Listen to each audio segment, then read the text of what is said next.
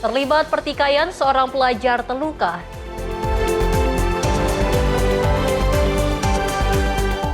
Presiden panggil Menteri SDM pastikan pasokan energi aman.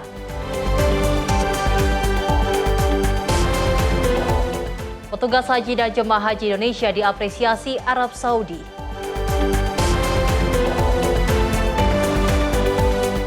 Libur panjang Simpang Gadok dipadati kendaraan.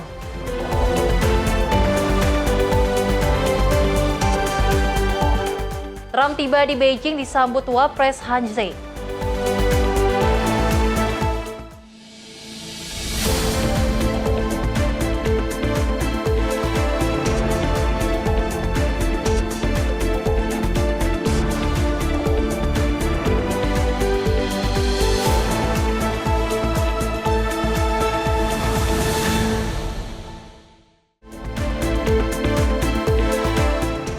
Halo, selamat pagi pemirsa. Senang sekali rasanya menyapa Indonesia Pagi kembali hadir menemani Anda. Sajian informasi dari tanah air dan mancanegara akan kami hadirkan untuk Anda. Bersama saya Selis Regar, ini dia menyapa Indonesia Pagi selengkapnya.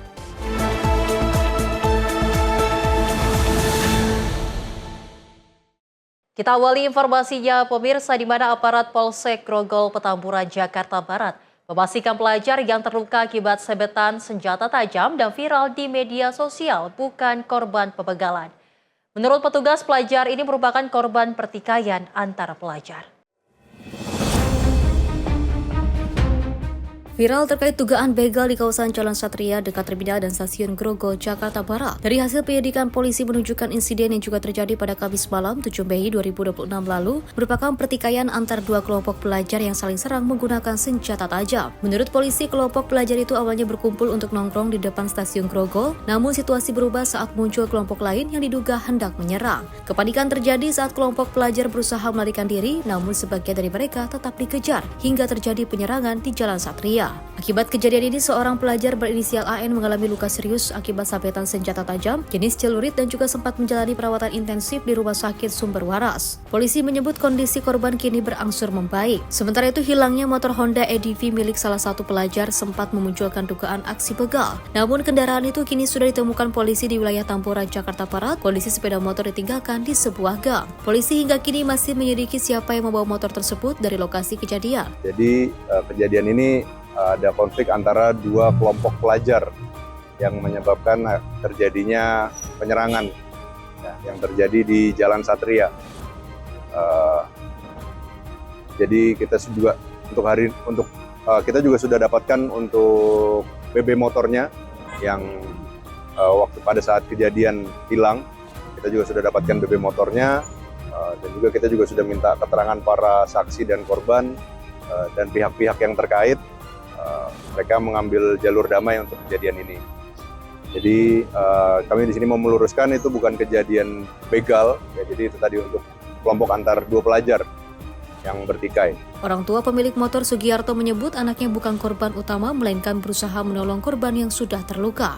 Namun saat hendak membawa korban ke rumah sakit, anaknya ikut dikejar kelompok penyerang hingga panik dan meninggalkan motor di tengah jalan. Meski tidak mengalami luka fisik, anak ini mengalami trauma akibat kejadian. Jadi gini Pak, anak saya, si korban itu, Andika itu tidak membonceng.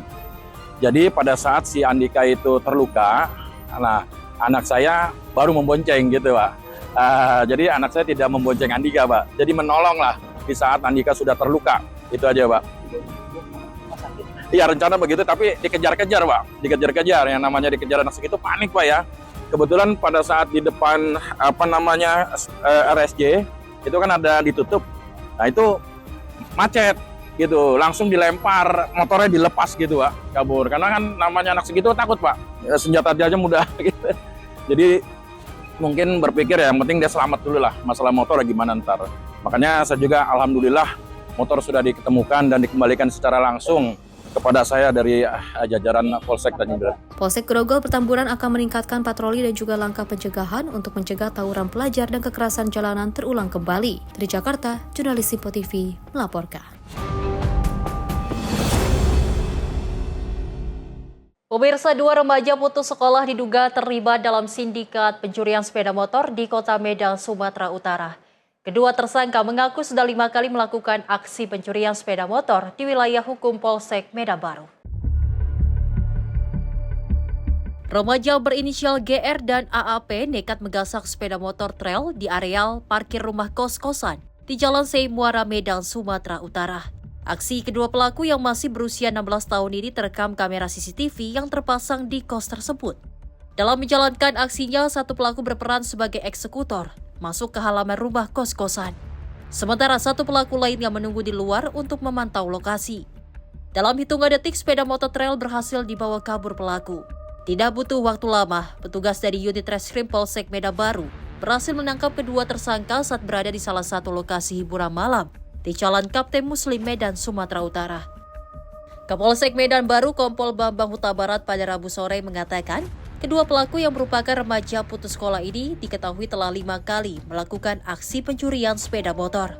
Dari kedua tersangka, petugas berhasil menyita barang bukti sepeda motor dan kunci letter T yang biasa digunakan para pelaku menjalankan aksinya. Mereka mengakui bahwa sudah 5 kali melakukan aksinya di wilayah hukum Polsek Medan Baru ini, yang mana dari 5 aksi yang mereka mereka berhasil mengambil 3 Honda motor CRF dan 2 Honda Beat. Saat ini petugas masih memburu rekan tersangka lain serta menadah barang hasil curiannya. Dari Medan, Sumatera Utara, jurnalis Simpo TV melaporkan. Polisi menetapkan 1 orang tersangka dalam kasus pengerusakan dan pembakaran pondok pesantren di Kabupaten Mesuji, Lampung. Polisi menyatakan dugaan kasus pencabulan yang menjadi pemicu pembakaran sudah kadaluarsa atau laporan sudah dicabut korban.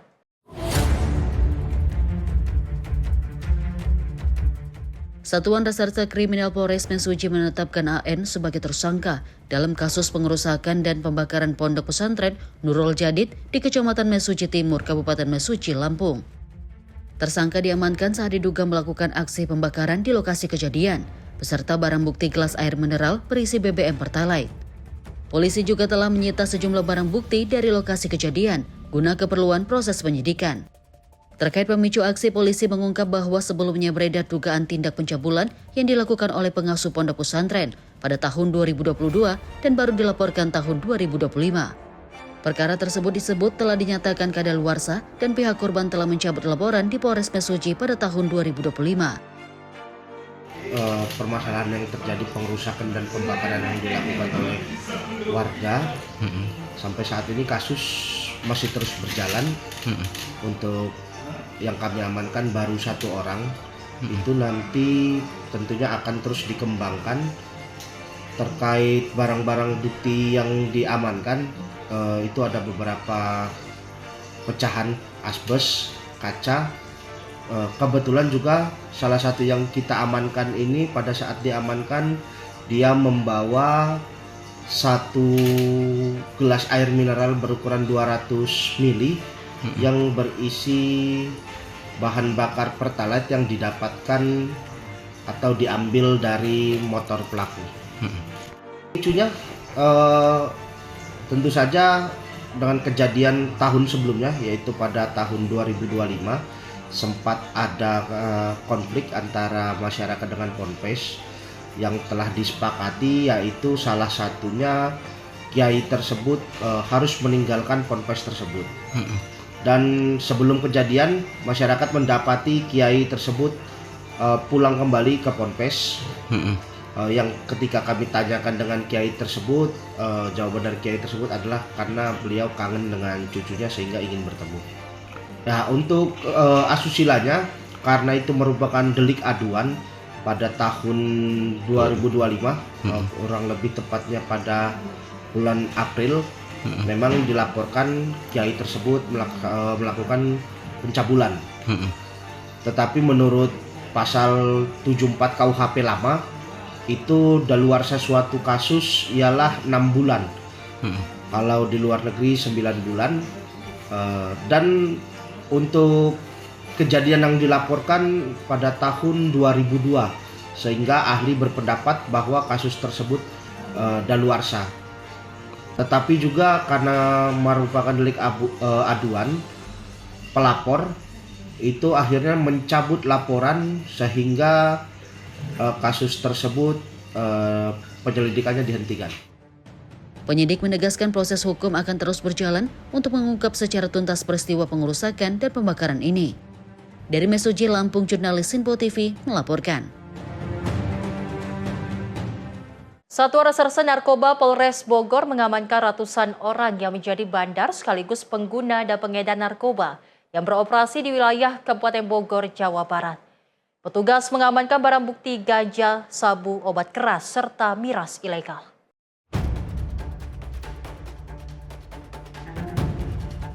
Sebanyak 155 orang tersangka pengedar serta pengguna narkoba jenis ganja dan sabu-sabu serta miras ilegal diamankan di Mako Polres Bogor, Jawa Barat. Ratusan tersangka ini merupakan pengembangan selama kurang lebih 3 bulan atau triwulan di wilayah Kabupaten Bogor yang bekerjasama antara aparat kepolisian dengan pemerintah Kabupaten Bogor.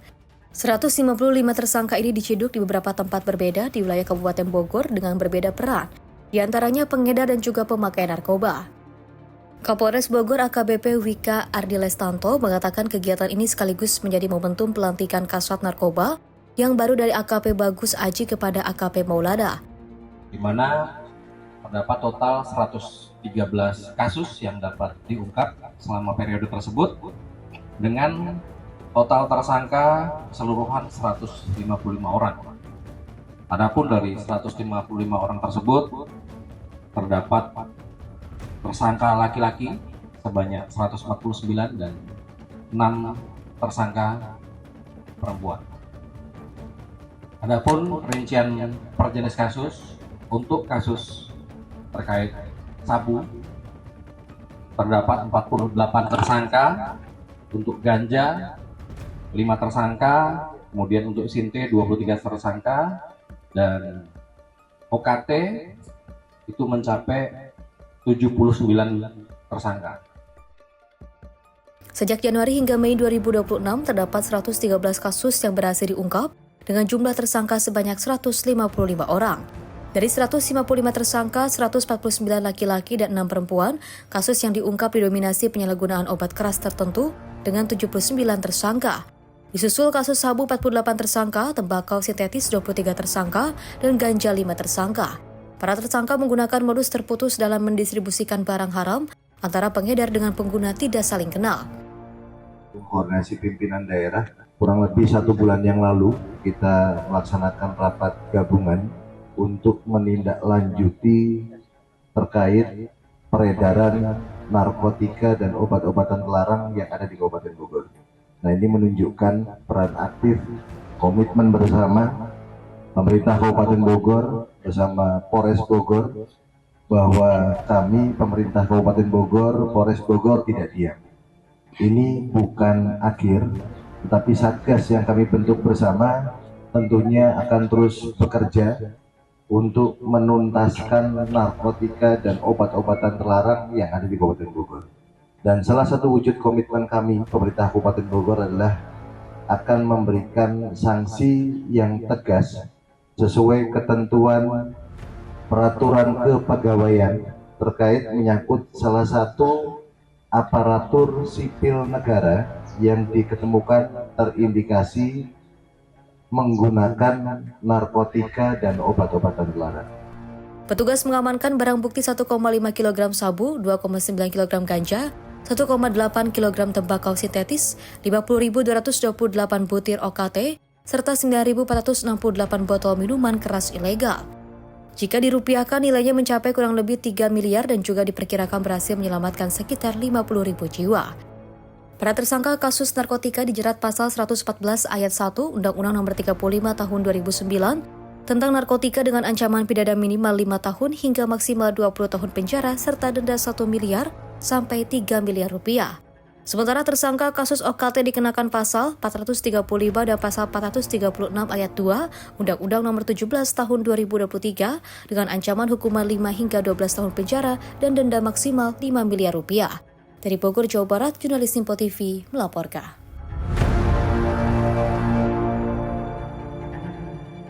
Sementara itu, TNI Angkatan Laut berhasil menggagalkan upaya peredaran jutaan batang rokok ilegal tanpa pita cukai di Kota Makassar, Sulawesi Selatan. Dalam operasi ini, petugas mengamankan satu kontainer berisi 3,9 juta batang rokok dengan potensi kerugian negara mencapai miliaran rupiah.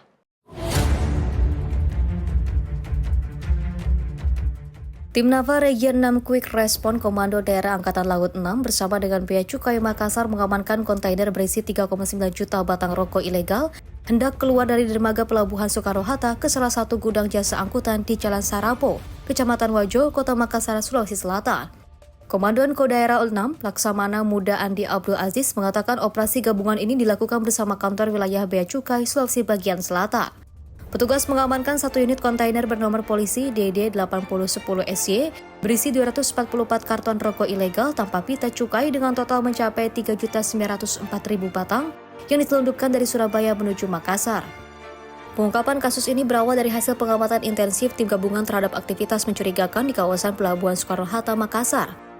Petugas mendapati sopir truk beberapa kali turun naik kendaraan di depan area pelabuhan sebelum bergerak menuju lokasi bongkar muat.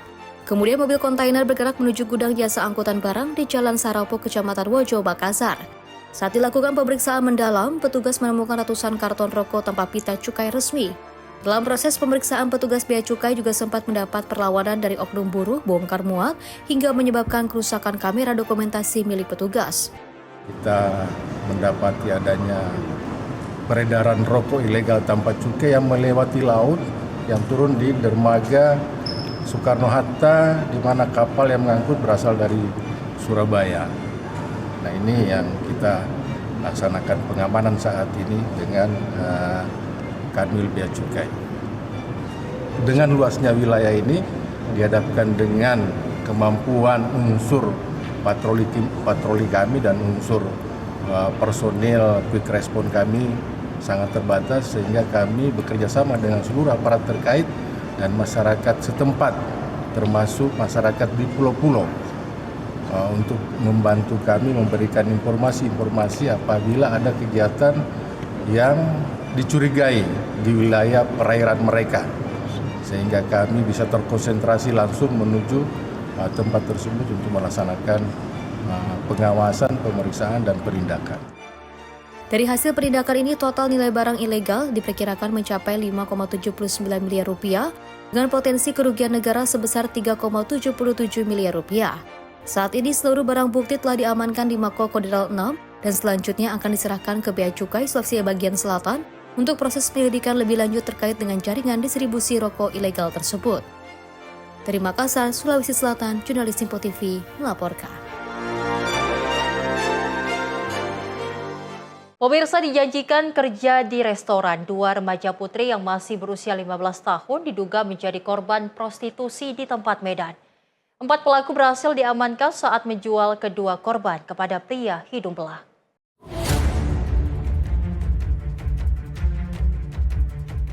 Aparat kepolisian mengungkap jaringan prostitusi online di kawasan Medan, Sumatera Utara. Pengungkapan ini terjadi setelah petugas mendapatkan informasi adanya aplikasi di media sosial yang menawarkan sejumlah wanita muda yang dijadikan pemuas nafsu bagi pria hidung belang. Setelah dilakukan penyelidikan, petugas berhasil mengidentifikasi lokasi yang dijadikan tempat bisnis prostitusi yang berada di salah satu hotel di Kecamatan Medan Sunggal, Sumatera Utara. Dalam penggerbekan yang juga dilakukan pada Jumat 1 Mei 2026, petugas dari unit PPA Satreskrim Polres Tabes Medan berhasil menangkap 4 orang pelaku yang diduga sebagai mucikari dan mengamankan 2 wanita muda yang diduga sebagai korban. Kanit PPA Satreskrim Polres Tabes Medan, Ibtu Diarma Agustina, pada Selasa 12 Mei 2026, mengatakan kedua korban yang masih berusia 15 tahun awalnya dijanjikan para pelaku bekerja di restoran. Namun janji tidak dipenuhi dan kedua korban malah dijadikan wanita pemuas nafsu. Dalam menjalankan bisnisnya, para pelaku menawarkan kepada calon pelanggannya melalui media sosial. Bisnis prostitusi ini juga sudah berjalan selama setahun dan lokasi pertemuan berpindah-pindah dari satu hotel ke hotel lainnya. Setelah melayani pelanggan, korban dibayar Rp350.000, korban sendiri hanya menerima Rp150.000, sementara sisanya untuk para pelaku. Awalnya bekerjanya itu untuk jaga tempat tempat makan. Kemudian terakhir jadi prostitusi. Jadi korban berusia 15 tahun dan kedua korban ini saling kenalan, satu kampung di daerah Percusetuan. Jadi di situ direkrut, dijanjikan untuk bekerja. Cuman akhirnya bekerjanya melayani pelanggan laki-laki secara seksual. Kedua korban mengaku sudah 6 bulan menjalani bisnis prostitusi online. Keduanya diketahui merupakan keluarga sederhana dan broken home. Dari Medan, Sumatera Utara, jurnalis Simpo TV melaporkan.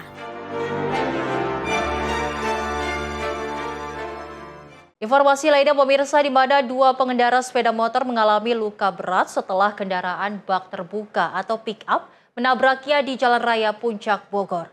Satu dari dua korban ini merupakan ibu hamil.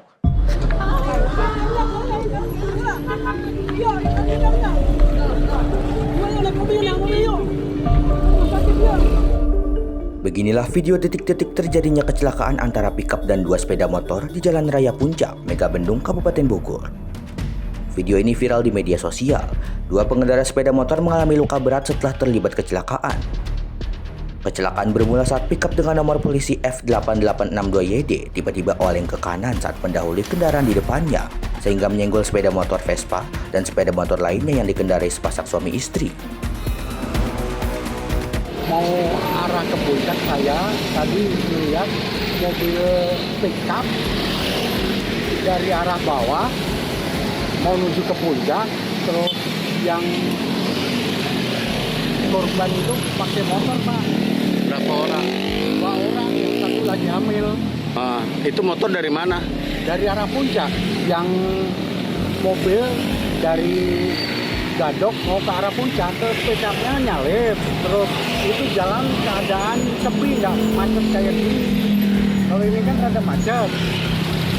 Mungkin yang mobilnya buru-buru, terus yang bawa motornya buru-buru, ya terjadilah kecelakaan. Satu dari dua korban diantaranya merupakan ibu hamil. Akibat kecelakaan ini, pickup dan dua sepeda motor mengalami rusak parah. Dari Kabupaten Bogor, jurnalis Simpo TV melaporkan. Pemirsa, informasi selengkapnya akan kami hadirkan usai jeda. Tetaplah bersama kami di Menyapa Indonesia Pagi.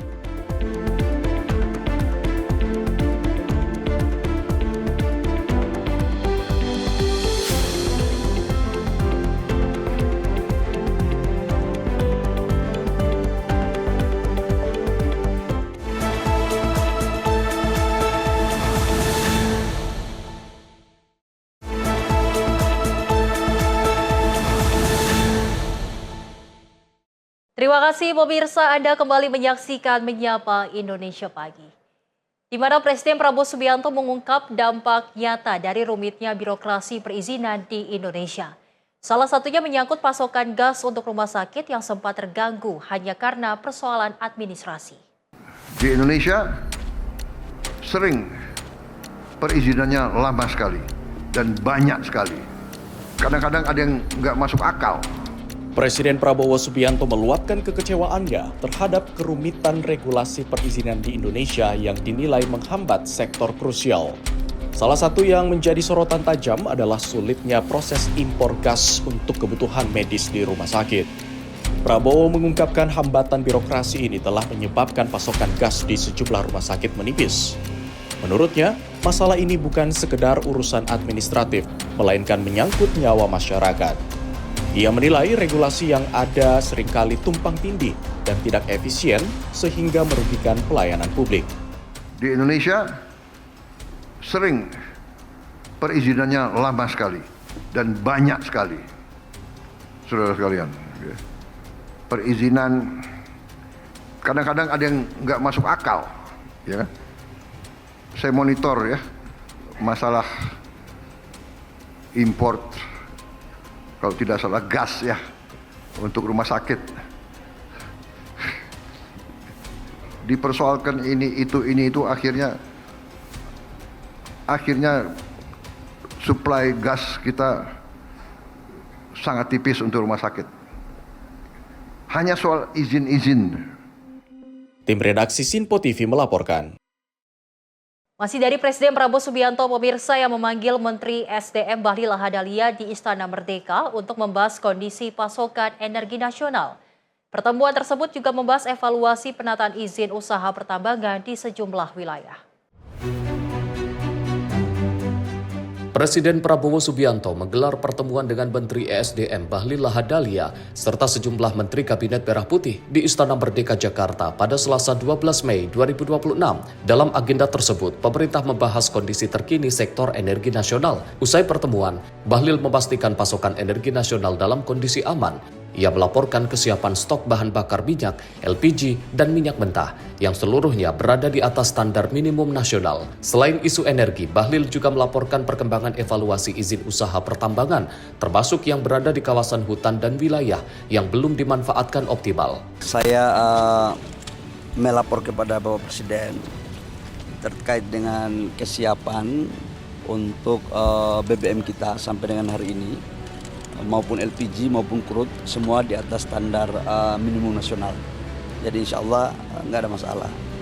Yang kedua, saya juga melapor tentang penataan terhadap izin-izin tambang, khususnya di kawasan-kawasan hutan dan beberapa IUP yang selama ini tidak difungsikan sebagaimana mestinya.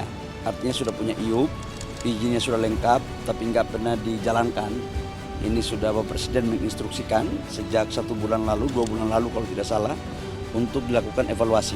Dan saya melaporkan perkembangan itu. Presiden Prabowo sebelumnya telah menginstruksikan evaluasi izin tambang yang tidak dijalankan sesuai ketentuan sebagai bagian dari pembenahan tata kelola sektor pertambangan nasional. Tim redaksi Sinpo TV melaporkan. Presiden Prabowo memberikan instruksi kepada Kementerian Sekretariat Negara untuk segera membentuk satuan tugas deregulasi. Langkah ini dinilai mampu merampingkan regulasi rumit guna memberi kemudahan dalam proses investasi di tanah air.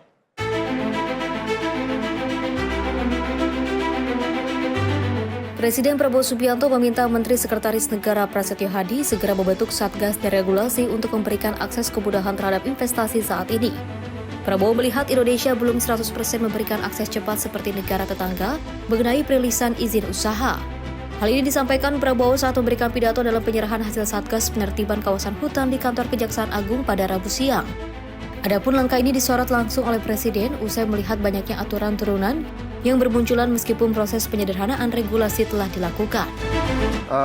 Menseknek, saya minta nanti dikumpulkan pakar-pakar bikin Satgas khusus untuk mempercepat deregulasi. Sederhanakan. Ya. Jangan persulit. Para pengusaha harus dibantu, harus didukung. Yang nakal kita tertibkan. Tapi yang baik, yang benar-benar mau bekerja, ya harus dibantu. Banyak investor juga dari luar negeri mengeluh. Di Indonesia sering perizinannya lama sekali dan banyak sekali, saudara sekalian. Perizinan kadang-kadang ada yang nggak masuk akal, ya. Saya monitor ya masalah import, kalau tidak salah gas ya untuk rumah sakit. Dipersoalkan ini itu akhirnya suplai gas kita sangat tipis untuk rumah sakit. Dari Jakarta, Max Munte, Rona Bayu, Sinpo TV melaporkan. Sementara itu, pemirsa, Ketua Komisi 5 DPR Lazarus menyoroti keterlibatan mobil taksi berbasis listrik saat kejadian tabrakan kereta api Agro Bromo Anggrek dengan komuter lain pada beberapa waktu lalu.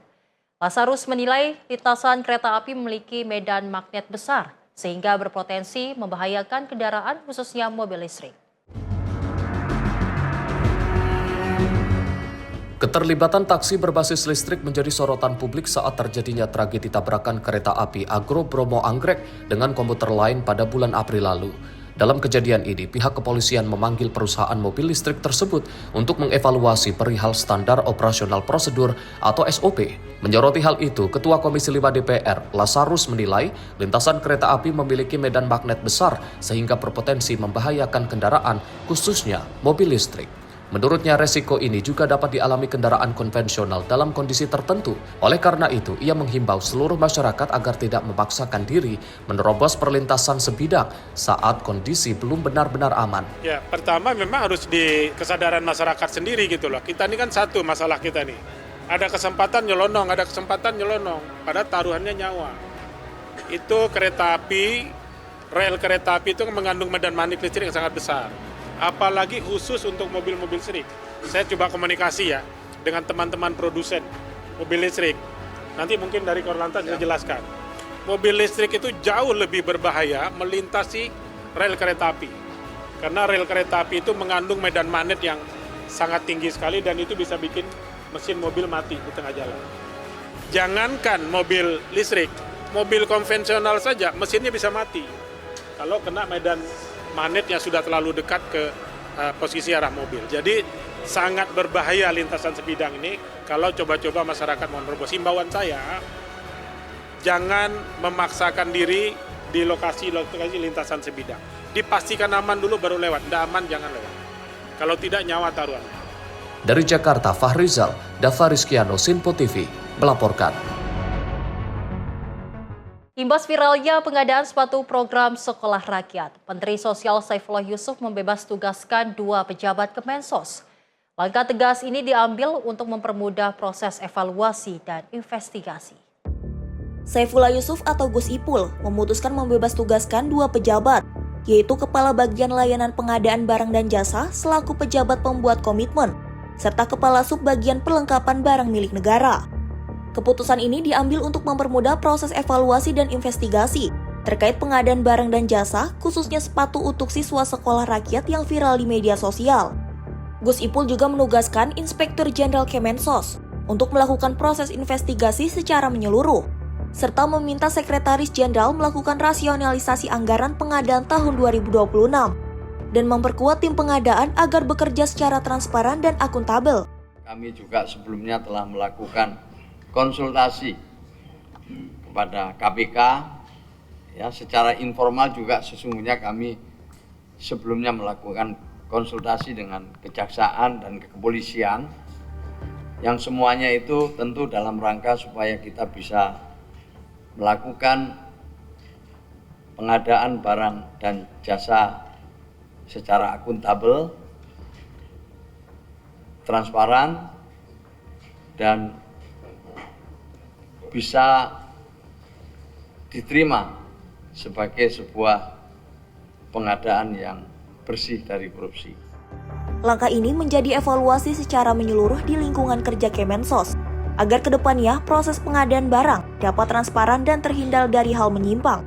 Dari Jakarta, Tim Liputan Sinpo TV melaporkan. Sementara itu, pemirsa, Presiden Prabowo Subianto menyoroti eksportir sawit hingga batubara yang tidak menyimpan devisa hasil ekspor di dalam negeri. Pemerintah pun memperketat aturan DHE SDA demi memperkuat ekonomi nasional. Presiden Prabowo Subianto menyoroti banyaknya hasil ekspor sumber daya alam Indonesia yang tidak disimpan kembali di dalam negeri. Menurutnya, kondisi tersebut membuat kekayaan nasional tidak memberi dampak maksimal bagi perekonomian Indonesia. Karena itu, pemerintah menerapkan kebijakan wajib penyimpanan devisa hasil ekspor sumber daya alam di dalam negeri melalui PP Nomor 8 Tahun 2025. Kebijakan ini berlaku untuk sektor seperti sawit, batubara, timah hingga emas. Kepala negara menegaskan pemerintah akan terus mengambil langkah tegas demi melindungi kepentingan rakyat dan memperkuat ekonomi nasional. Tiap hari, tiap minggu, tiap bulan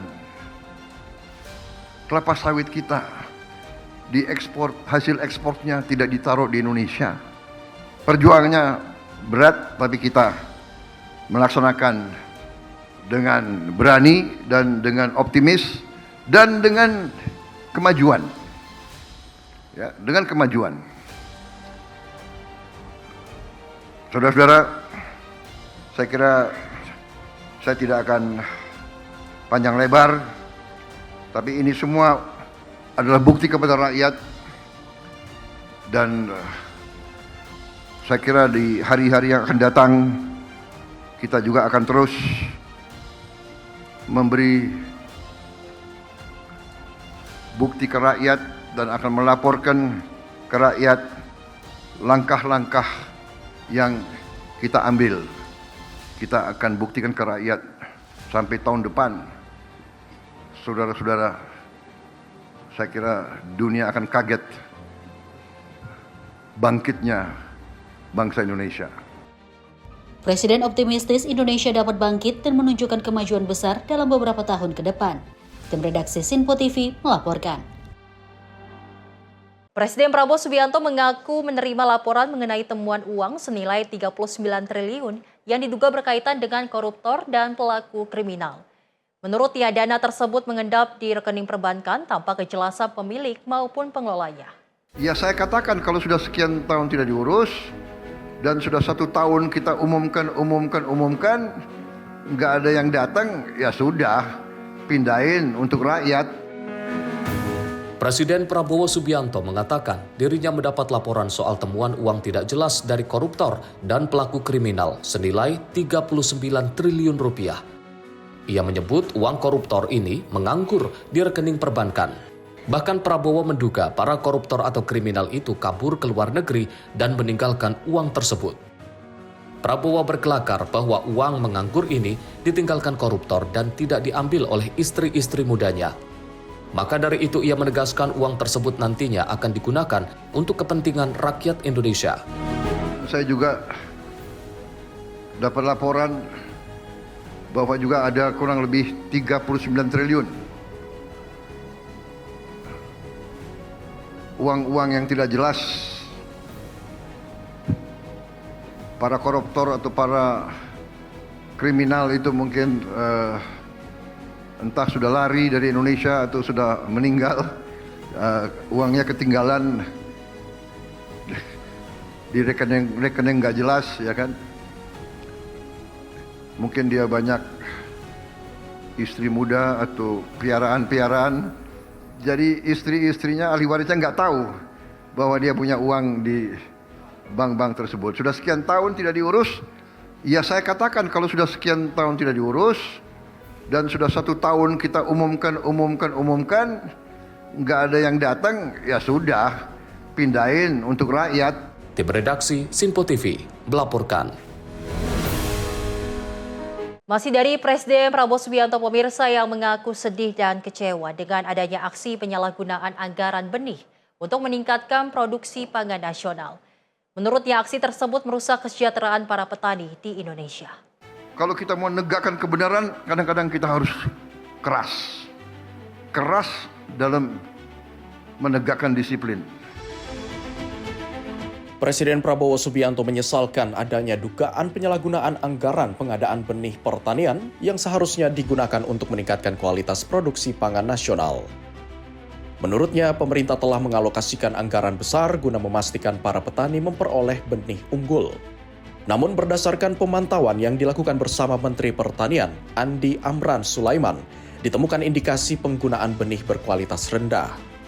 Prabowo menilai tindakan tersebut bukan sekedar pelanggaran administratif, melainkan persoalan moral yang berdampak langsung terhadap kesejahteraan petani dan ketahanan pangan nasional. Sebab menurutnya penggunaan benih berkualitas rendah akan menurunkan hasil panen, sehingga tujuan pemerintah meningkatkan kesejahteraan masyarakat pertanian menjadi sulit tercapai.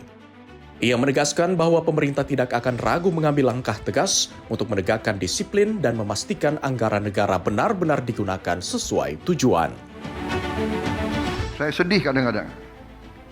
Saya monitor Menteri Pertanian keliling. Uang yang kita sudah alokasikan, kita sudah gelontorkan untuk benih-benih yang bagus.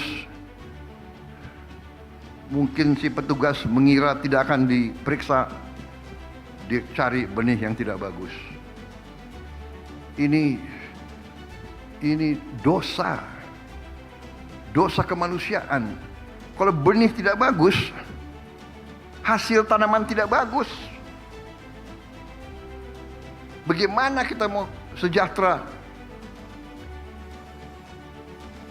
Jadi memang kondisi seperti itu, kalau kita mau menegakkan kebenaran, kadang-kadang kita harus keras.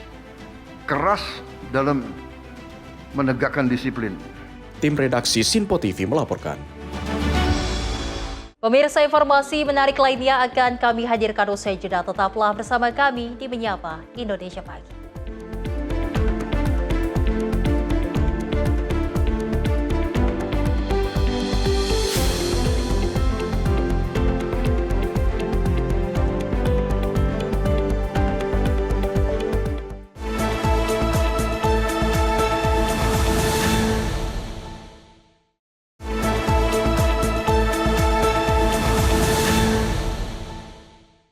Anda kembali menyaksikan Menyapa Indonesia Pagi, pemirsa. Di mana program Sekolah Rakyat telah menerima hampir 32.000 siswa-siswi pada tahun ajaran baru 2026-2027. Angka ini meningkat 2 kali lipat dibanding tahun ajaran 2025 dengan mencapai angka 15.000 siswa-siswi. Menjelang tahun ajaran baru 2026 sampai 2027, program andalan Sekolah Rakyat telah menerima total hampir 32.000 siswa dan siswi baru. Dibandingkan tahun sebelumnya sebanyak 15.000 siswa-siswi, angka ini pun meningkat 2 kali lipat. Dengan demikian, total penerima manfaat dari program Sekolah Rakyat hingga saat ini mencapai angka sekitar 46.000 siswa dan siswi. Hal ini menunjukkan bahwa program Sekolah Rakyat yang mengusung konsep asrama dan gratis bagi anak tidak mampu telah berhasil menjangkau dan dimanfaatkan dengan baik oleh masyarakat. Hal ini disampaikan oleh Menteri Sosial Saifullah Yusuf alias Gus Ipul kala ditemui awak media di Komplek Istana Kepresidenan Jakarta pada Selasa 12 Mei 2026. Kami juga melaporkan persiapan secara khusus ya penyelenggaraan Sekolah Rakyat di tahun 2006-2007 yang insya Allah akan kita mulai pembelajarannya pada bulan Juli yang akan datang dengan alokasi siswa mencapai 32.000 untuk tahun ini. Tahun lalu 15.000 lebih, artinya kalau digabung tahun ini sudah ada sekitar 46.000 lebih siswa Sekolah Rakyat. Dari Jakarta, Dio Malau, Sinpo TV melaporkan. Pemirsa, jembatan Garuda Merah Putih di Desa Pekuncen, Kecamatan Sempor, Kabupaten Kebumen, kini menjadi harapan baru bagi masyarakat.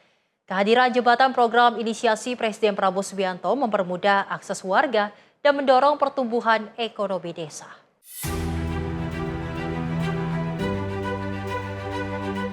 Suasana penuh kebersamaan dan rasa syukur terlihat di Desa Pekuncen, Kecamatan Sempor, Kabupaten Kebumen. Saat warga bersama perangkat desa dan jajaran TNI menggelar selamatan usai pembangunan jembatan Garuda Merah Putih rampung dilaksanakan. Jembatan yang menjadi bagian dari program percepatan infrastruktur desa atas inisiasi Presiden Prabowo Subianto ini kini menjadi akses penting bagi masyarakat untuk menunjang aktivitas sehari-hari. Sebelum jembatan dibangun, warga harus melintasi jalan memutar dengan kondisi yang kurang memadai, terutama saat musim hujan yang sering menghambat mobilitas masyarakat.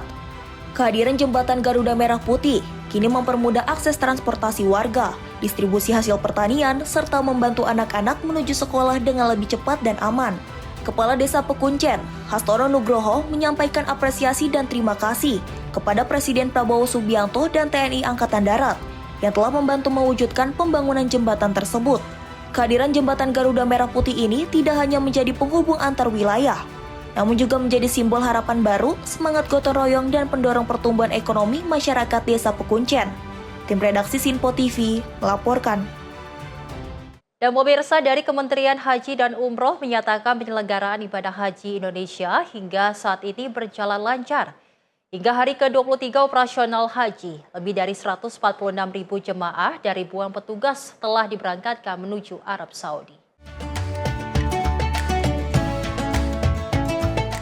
Kementerian Haji dan Umroh mencatat hingga hari ke-23 operasional haji, ada sebanyak 379 kelompok terbang atau kloter dengan total 146.622 jemaah dan 1.513 petugas telah diberangkatkan menuju Arab Saudi. Juru bicara Kementerian Haji dan Umroh, Maria Assegaf, menyatakan seluruh layanan haji Indonesia berjalan lancar, mulai dari pemberangkatan di tanah air, kedatangan di Arab Saudi, akomodasi, hingga pembinaan ibadah. Sementara itu pergerakan jemaah dari Madinah menuju Mekah juga masih berlangsung secara bertahap.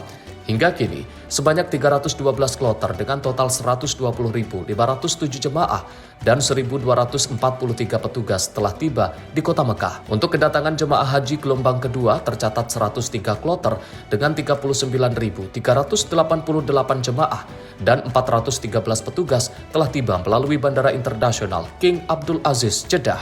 Kementerian Haji dan Umroh juga terus memantau pemberangkatan jemaah haji khusus. Selanjutnya, sebanyak 7.146 jemaah haji khusus telah tiba di Arab Saudi dan mulai menjalani rangkaian ibadah sesuai jadwal yang ditetapkan. Berdasarkan data terakhir, sebanyak 379 kloter dengan 146.622 jemaah dan 1.513 petugas telah diberangkatkan menuju ke Arab Saudi. Sementara itu, pergerakan jemaah dari Madinah menuju ke Mekah juga terus berlangsung secara bertahap. Hingga saat ini, sebanyak 312 kloter dengan 120.507 jemaah dan 1.248 petugas telah tiba di Mekah. Untuk kedatangan jemaah haji gelombang kedua, ini juga kami terus pantau, di mana kedatangan jemaah melalui Bandara King Abdul Aziz International Airport Jeddah telah tiba sebanyak 103 kloter dengan 39.388 jemaah dan 413 petugas. Kami pun juga memantau bagaimanakah kemudian keberangkatan dari jemaah haji khusus. Data yang kami peroleh sebanyak 7.146 jemaah haji khusus juga telah tiba di Arab Saudi dan mulai menjalani rangkaian ibadah sesuai dengan jadwal yang telah ditetapkan. Pemerintah memastikan pendampingan dan pelayanan bagi seluruh jemaah akan terus dilakukan agar ibadah haji berjalan aman dan lancar. Tim redaksi Simpo TV melaporkan.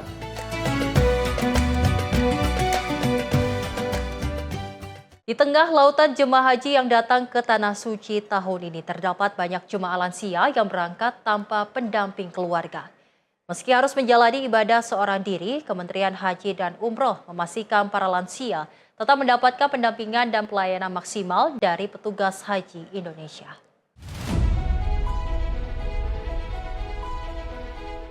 Suasana kedatangan jemaah haji Indonesia di Bandara King Abdul Aziz, Jeddah terus dipadati para tamu Allah dari berbagai daerah di tanah air. Di antara mereka terdapat jemaah lansia yang menunaikan ibadah haji tanpa didampingi anak, suami, istri, maupun keluarga. Kondisi ini menjadi perhatian khusus pemerintah agar para jemaah lansia tetap dapat beribadah dengan aman, nyaman, dan tenang selama di Tanah Suci. Sekretaris Jenderal Kementerian Haji dan Umroh, Teguh Dwi Nugroho menyebut para petugas haji telah dibekali pelatihan khusus selama 20 hari di asrama haji, serta 10 hari pelatihan secara daring. Pelatihan tersebut dilakukan untuk memastikan petugas mampu memberikan pendampingan secara cepat dan tepat, terutama bagi jemaah lansia yang berhaji tanpa mahram atau keluarga. Kami sudah melakukan banyak pelatihan ya kepada para petugas haji, tentu saja yang mereka sudah dilatih di asrama haji Pondok Gede selama 1 bulan 20 hari secara langsung dan 10 hari melalui daring. Ya, kita harapkan meskipun para jamaah haji ini tidak didampingi oleh mahramnya atau oleh keluarganya, kami harapkan para petugas haji bisa membantu mereka. Dan sejauh ini laporan yang kami terima, para petugas haji sudah melaksanakan tugas dengan sangat baik dan banyak laporan dari para jamaah yang tanpa pendamping karena ketangkasan dan kegesitan dari para petugas haji. Mereka sudah merasa bahwa meskipun tidak ada pendamping, mereka sudah bisa merasa nyaman. Sementara itu, Dirjen Bina Penyelenggaraan Haji dan Umroh Puji Raharjo menyebut komitmen untuk memuliakan jemaah haji lansia, disabilitas, dan perempuan sudah diwujudkan oleh para petugas haji sejak dari kedatangan di bandara, di hotel, maupun pergeseran ke Mekah hingga puncak haji nanti. Para jemaah lansia disebut merasa terbantu dengan kesigapan dan ketangkasan petugas, sehingga tetap bisa menjalani rangkaian ibadah dengan nyaman meski tanpa pendamping keluarga. Tentu bagian dari komitmen kita untuk memuliakan saudara-saudara kita yang memang harus mendapatkan prioritas. Dan kita ketahui bahwa sebagian besar jamaah haji kita secara statistik itu lebih dari 54% itu adalah perempuan. Kemudian lansia dan disabilitas karena kita ini juga bagian jamaah yang setiap tahun terus meningkat. Oleh karena itu kita berkomitmen bahwa terhadap mereka yang berkebutuhan khusus yang harus mendapatkan prioritas kita siapkan layanan. Kita membentuk bidang pelayanan lansia dan disabilitas yang memang khusus mengurusi disabilitas dan kemudian juga kita menugaskan perempuan lebih banyak sepanjang artinya petugas haji perempuannya itu lebih banyak dari sebelum-sebelumnya, naiknya lebih dari tahun. Ini tentu bagian dari komitmen tersebut karena perempuan pasti lebih nyaman dilayani. Nah itulah bagian dari ikhtiar Kementerian Haji dan Umroh untuk memberikan pelayanan terbaik kepada jamaah kita. Hingga saat ini, Kementerian Haji dan Umroh mengaku telah menerima banyak laporan positif terkait kinerja petugas haji di lapangan. Sementara itu, hingga pertengahan pekan ini, sekitar 74% jemaah haji Indonesia telah tiba di Arab Saudi, baik melalui Bandara Madinah maupun Jeddah. Total sudah 387 kelompok terbang atau kloter yang tiba di Tanah Suci dari total 221.000 jemaah haji tahun ini. Pemerintah juga menyampaikan apresiasi kepada seluruh petugas embarkasi di tanah air yang dinilai telah membantu proses pemberangkatan jemaah haji berjalan lancar dan teratur. Dari Jeddah, Arab Saudi, Ferdi Setiawan, Simpo TV, Tim Media Center Haji 2026. Untuk memastikan pelaksanaan ibadah haji jemaah Indonesia berjalan sesuai syariat Islam, peran musyrif dini Kementerian Haji dan Umroh sangat dibutuhkan. Mereka akan menjadi tim pembimbing keagamaan yang mendampingi jemaah selama rangkaian ibadah haji. Sejumlah ulama yang tergabung dalam musyrif dini Kementerian Haji dan Umroh tiba di Bandara Internasional Prince Mohammed bin Abdul Aziz, Madinah. Musyrif dini adalah tim pembimbing keagamaan haji yang bertugas memberikan arahan dan pendampingan ibadah kepada jemaah haji Indonesia.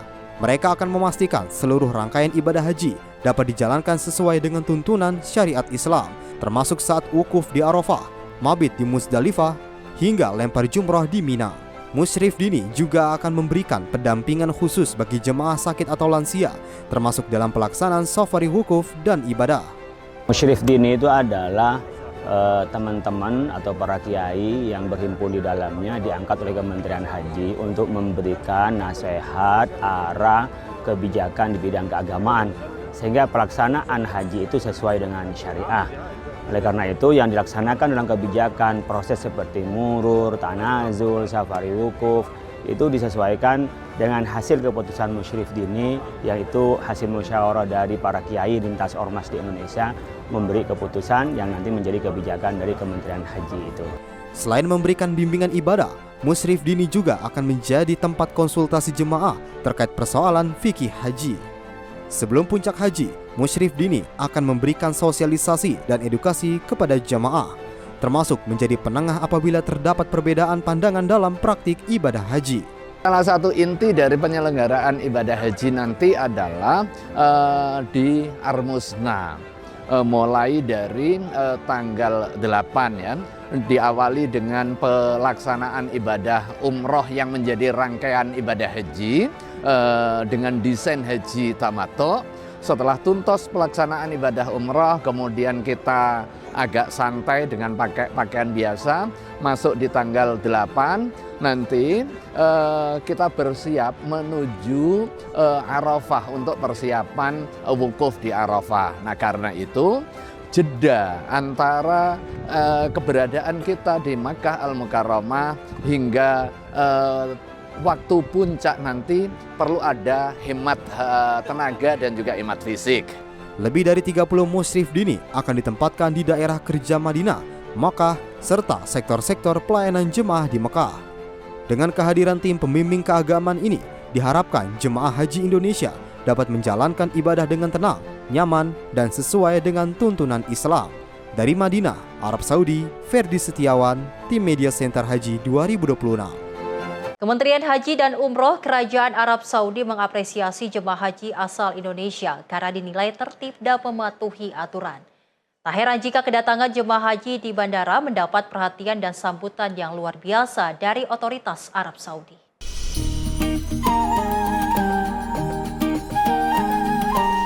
Kedatangan jemaah haji Indonesia dari embarkasi KNO atau Medan Sumatera Utara di Bandara King Abdul Aziz Jeddah mendapatkan sambutan selamat datang yang luar biasa dari pemerintah Kerajaan Arab Saudi.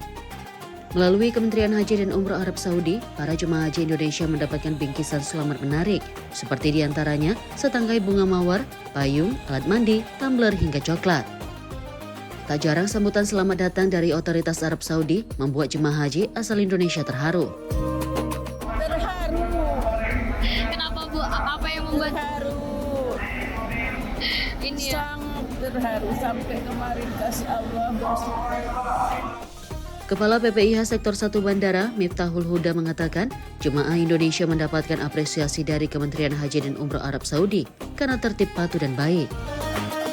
Alhamdulillah dari Kementerian Haji Arab Saudi memberikan souvenir kepada para jamaah khususnya KNU 17 ini. Ya, dari Kementerian Haji mengucapkan terima kasih, selamat datang, dan alhamdulillah dinilai oleh Kementerian Arab Saudi bahwa para jamaah Indonesia ini sangat tertib, sangat teratur, dan mau melaksanakan apa yang menjadi kebijakan peraturan dari pemerintah setempat. Selain mendapatkan bingkisan, para jemaah haji asal Indonesia juga dianggap percontohan bagus bagi jemaah haji asal negara lain.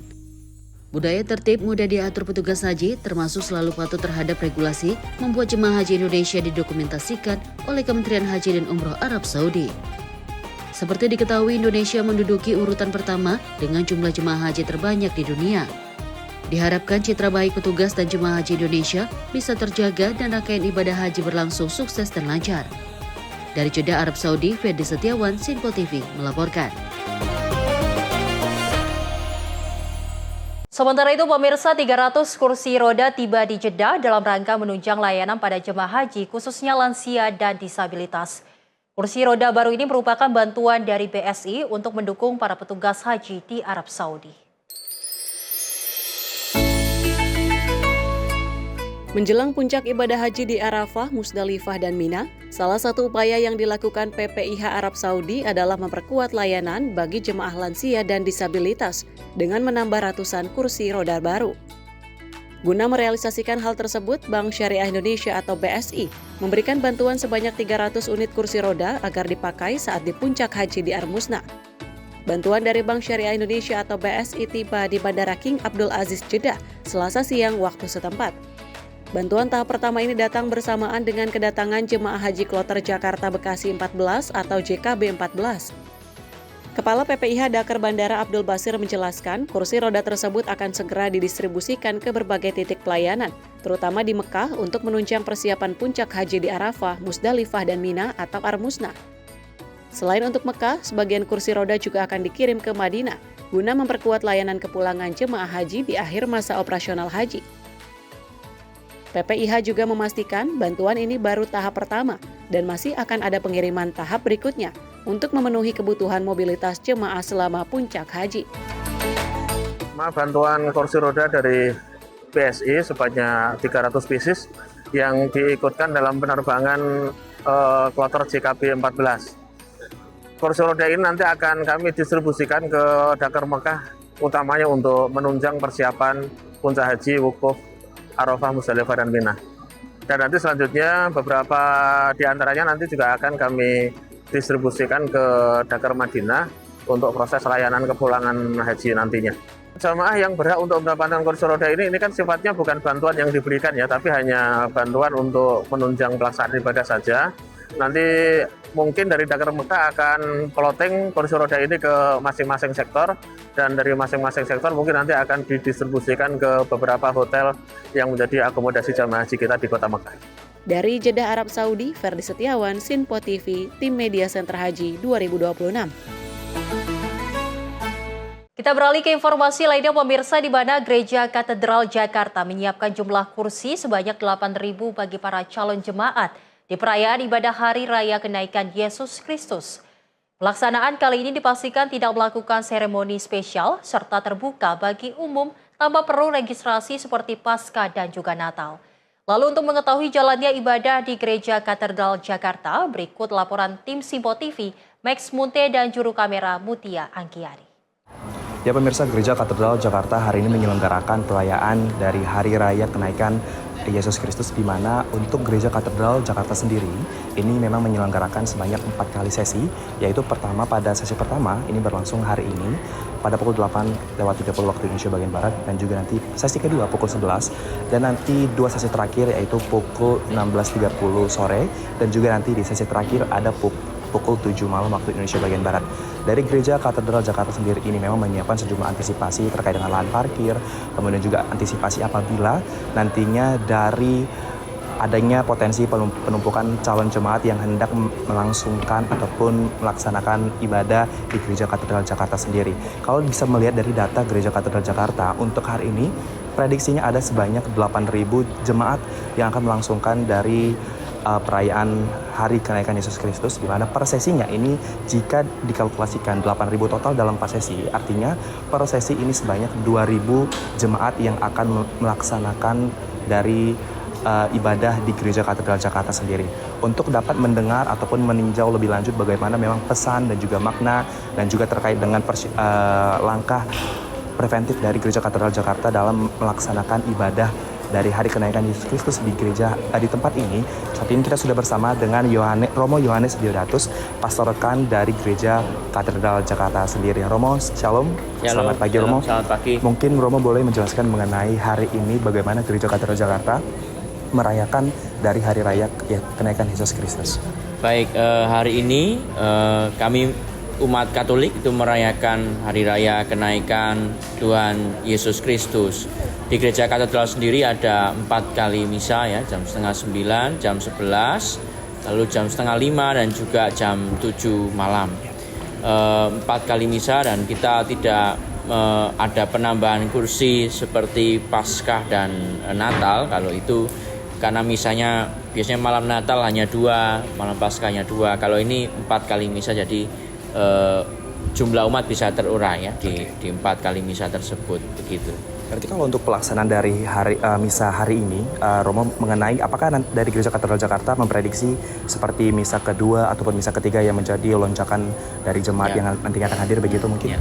Umumnya biasanya jam 11 nanti ini yang paling rame, biasanya begitu. Sama nanti mungkin yang jam 4:30 atau jam 7 malam, antara 2 itu yang rame. Nggak bisa diprediksi persis, tapi antara 2 itu. Jam 11 biasanya umumnya rame ini setelah ini. Romo, ini mengenai pesan dari Gereja Katedral Jakarta sendiri di tengah suasana peringatan kenaikan Hari Yesus Kristus. Apa ini, Romo, terkait dengan baik untuk pemerintah maupun juga untuk masyarakat umat Katolik, begitu Romo pesannya? Ya, saya kira begini ya, bahwa Yesus naik ke surga itu Ia mengutus Roh Kudus ya ke dalam hati umat manusia.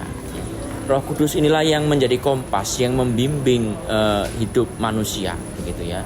Maka dan Roh Kudus ini tugasnya apa? Untuk membimbing manusia dalam tugas karya perutusan yang juga Yesus berikan kepada manusia. Ya. Kan Yesus naik ke surga ya, dan Dia mengutus para muridnya itu. Nah, ini juga sama, Yesus mengutus kita ya, dan kita dibimbing oleh Roh Kudus. Ya. Maka kita diajak untuk semakin nanti mewartakan kasih ya kepada sesama, semakin kita mewartakan keadilan kepada sesama ya. Maka dalam hari-hari ini ya, kalau kita lihat, saya kira pesan yang bisa kita petik adalah bahwa apakah manusia zaman ini, orang-orang zaman ini itu makin percaya pada bimbingan Roh Kudus atau tidak? Apakah, kan orang bilang wah tidak ada lagi hati nurani ya, itu artinya apa? Dia tidak lagi mendengarkan suara Roh Kudus dalam hatinya ya. Jadi ada rasa kemanusiaan yang hilang, ada rasa keadilan yang hilang, jabatan yang sewenang-wenang itu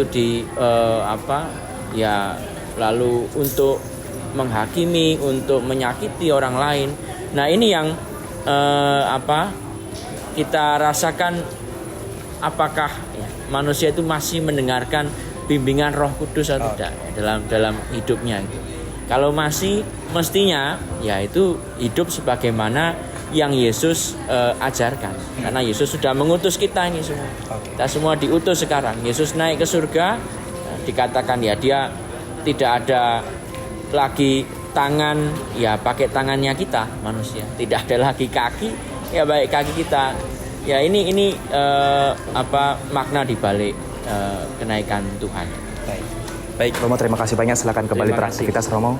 Dan memang pemirsa, mengenai pesan ataupun makna yang disampaikan oleh Gereja Katedral Jakarta ini memang tak lepas dari bimbingan rohani baik dari Roh Kudus dan juga dari Yesus Kristus mengenai tindak lanjut kita sebagai manusia ke depannya dalam menjalani kehidupan. Dan dari Jakarta, Max Munte, Muti Anggiani, Simpo TV melaporkan. Pemirsa, informasi terkait libur panjang akan kami hadirkan usai jeda. Tetaplah bersama kami di Menyapa Indonesia Pagi.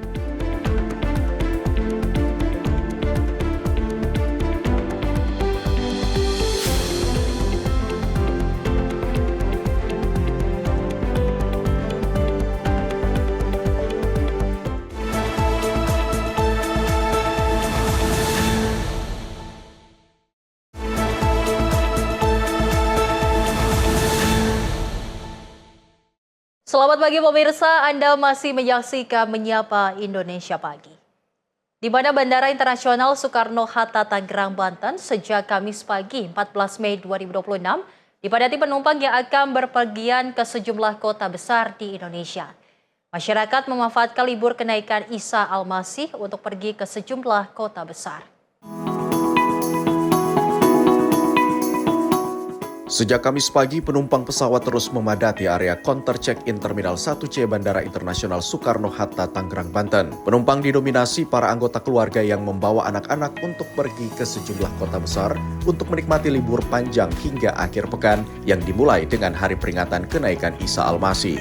Pengelola Bandara Suta mencatat ada sebanyak 131.324 penumpang, baik yang pergi maupun yang datang di Bandara Suta. Pergerakan penumpang ini naik 7% jika dibandingkan hari biasa.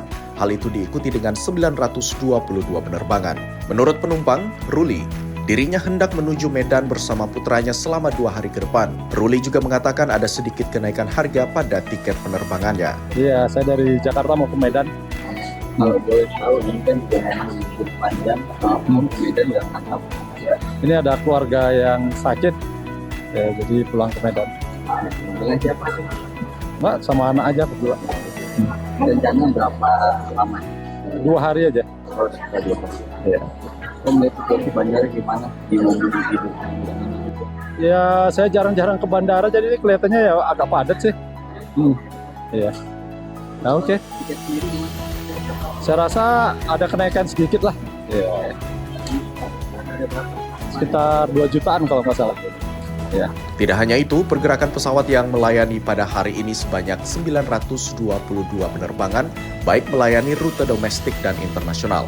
Adapun rute favorit didominasi tujuan Denpasar, Medan, Makassar, Surabaya hingga Balikpapan. Pengelola juga memprediksi jumlah pergerakan penumpang akan terus bertambah seiring mendekati akhir pekan. Dari Tangerang, Banten, jurnalis Simpo TV melaporkan. Libur panjang akhir pekan bersamaan peringatan Hari Kenaikan Isa Al-Masih membuat penumpang kereta cepat Wus meningkat. Pada Kamis pagi terlihat antusias penumpang yang akan berangkat ke Bandung untuk pulang ataupun berwisata bersama keluarga.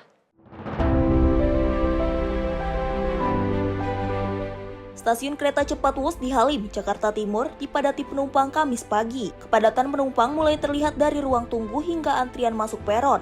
Mereka yang akan berangkat ke Bandung ini didominasi oleh warga yang akan berwisata, mengisi liburan panjang di luar kota. Manajer Corporate Communication KCIC, Emir Monti, mengaku terjadinya peningkatan penumpang di akhir pekan ini dan tercatat sudah sebanyak 33.000 lebih tiket yang terjual. Pada periode long weekend, kali ini di tanggal 14 sampai dengan 17 Mei 2026, KCC melihat adanya peningkatan jumlah penumpang kereta cepat Wus. Tiket Wus yang sudah dijual sampai dengan saat ini sudah mencapai 33.000 tiket dengan rincian kemarin di hari Rabu tanggal 13 Mei Tiket WUS yang sudah terjual mencapai 21.000 tiket, dan untuk hari ini sampai dengan pukul 8.30, tiket WUS yang sudah terjual mencapai sebanyak 12.000 tiket. Jumlahnya masih akan terus bertambah seiring dengan penjualan yang masih berlangsung secara online maupun offline di stasiun. KCC mengimbau kepada seluruh penumpang untuk segera memesan tiket, khususnya secara online, dikarenakan tiket khususnya untuk rute Halim menuju Padalarang, dari pagi hingga siang hari, okupansinya sudah mencapai 80-90%.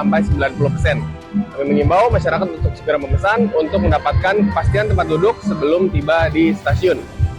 Selain itu, pada momen long weekend kali ini, KCC juga memberikan pelayanan khusus kepada para penumpang disabilitas, kemudian ibu hamil, lansia, dan juga berbagai penumpang dengan kebutuhan khusus lainnya. Tersedia sebanyak 197 petugas yang siap memberikan pelayanan khusus kepada para penumpang di seluruh stasiun kereta cepat WUS. Adapun layanan khusus yang kami berikan seperti pendampingan, membawakan barang, kemudian menyediakan total sebanyak 24 kursi roda, kemudian juga ada penjemputan hingga di stasiun tujuan bagi penumpang yang memiliki kebutuhan khusus. Adapun secara fasilitas, kami menyediakan berbagai akses bagi penumpang ramah disabilitas, kemudian juga toilet sebanyak 15 toilet disabilitas di seluruh stasiun WUS, dan juga kami menyediakan sebanyak 32 kursi prioritas di kereta WUS yang dapat ditukar oleh penumpang dengan kebutuhan khusus atas arahan dari petugas. Emir juga memastikan pelayanan terus ditingkatkan, terutama bagi penumpang difabel atau berkebutuhan khusus yang menggunakan kereta cepat WUS. Dari Jakarta Timur, jurnalis Info TV melaporkan. International Rice Research Institute mengapresiasi capaian swasembada pangan Indonesia di tengah krisis pangan global. Keberhasilan ini dinilai menjadi pondasi pertanian modern nasional.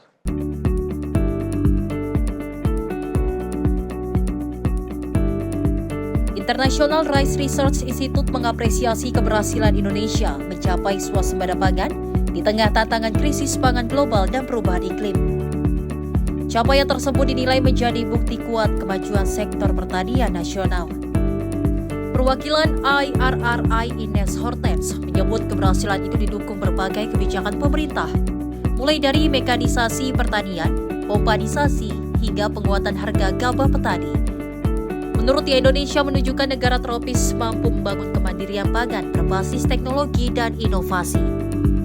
Tapi pertama-tama, izinkan saya menyampaikan selamat dan apresiasi yang setinggi-tingginya kepada Bapak Menteri Pak Amran dan juga Bulog dan tentunya seluruh jajaran pemerintah Indonesia atas pencapaian beras dan swasembada pangan nasional.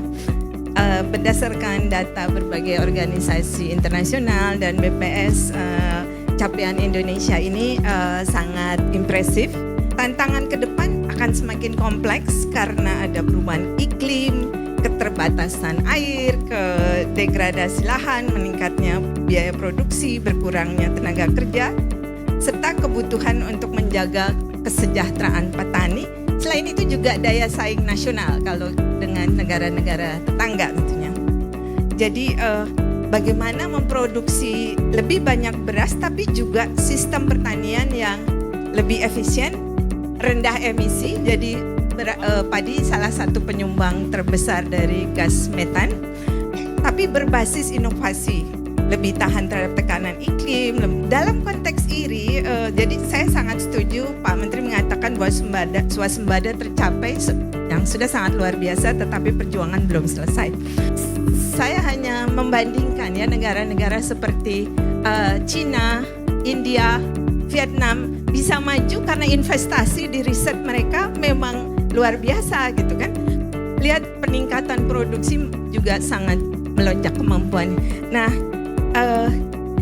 jadi investasi di riset dan inovasi itu mungkin juga perlu disemangatkan lagi ya di negara kita. Anak muda ini bekerja di bidang pertanian karena pertanian ada aspek AI, ada aspek genomic breeding. Nah, jadi kolaborasi IRI yang udah Indonesia 20 tahun ini saat ini sekitar 38% areal tanaman padi kita masih menggunakan genetik dari IRI yang bekerja sama dengan dikembangkan dengan BRMP dan yang lokal. Jadi harapan kami bahwa Indonesia bukan hanya penerima manfaat inovasi, tetapi juga menjadi pengembang inovasi di masa mendatang dengan anak-anak muda yang ada di sini semua ini. Meski begitu, IRRI mengingatkan tantangan pertanian ke depan masih besar, terutama terkait perubahan iklim dan ketahanan pangan.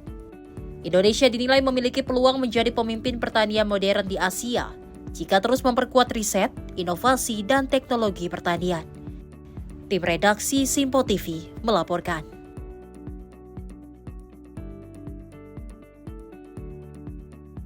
Indonesia sudah berada dalam kondisi swasembada pangan dan tidak perlu diragukan lagi. Hal ini disampaikan langsung oleh pengamat kebijakan publik Said Didu yang menyebut capaian ini sudah berdampak langsung di lapangan. Jangan meragukan tentang bahwa kita memang sudah swasembada. Jangan meragukan. Faktanya memang kita swasembada. Jangan meragukan bahwa petani lagi happy. Mereka memang lagi happy. Indonesia dinilai telah mencapai kondisi swasembada pangan yang nyata seiring berbagai kebijakan pemerintah di sektor pertanian yang mulai menunjukkan hasil di lapangan. Pengamat kebijakan publik sekaligus mantan Sekretaris Kementerian BUMN Said Didu menegaskan capaian tersebut tidak perlu diragukan lagi. Dalam dialog swasembada pangan di Surabaya, Said Didu mengatakan kemandirian pangan dapat dicapai melalui pemberantasan mafia pangan dan peningkatan kesejahteraan petani.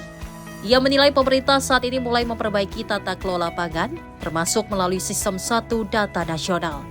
Said Didu menekankan bahwa selama stok pangan tersedia, harga terjangkau dan petani sejahtera, maka tidak ada alasan untuk meragukan swasembada pangan Indonesia.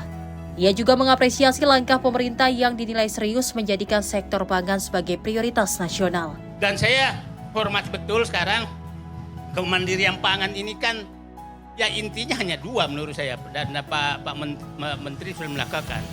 Hentikan mafia pangan dan naikkan harkat dan martabat petani. Itu saya pikir dua kunci yang sedang berlangsung sekarang. Ya, sebenarnya intinya bahwa sekarang beras tersedia, harga terjangkau. Kan itu sebenarnya yang terjadi. Dilupakan. Nah, repotnya ilmuwan kita juga terbawa ke diskusi diksi, bukan substansi. Nah, saya orang dalam lama sekali. Data selalu sumbernya tuh ada beberapa. Satu dari BPS, satu dari Kementerian Pertanian, satu dari Kementerian Perdagangan, satu dari Bulog biasanya, 4 data itu. Dan selalu kita rapat itu selalu berbeda. Dan yang menentukan data yang benar itu bukan dari 4 lembaga itu, tapi dari yang mafia pangan. Maaf dulu. Nah, sehingga swasembada pangan itu bukan dari angka sebenarnya, dari keinginan pihak-pihak tertentu untuk mengimpor pangan.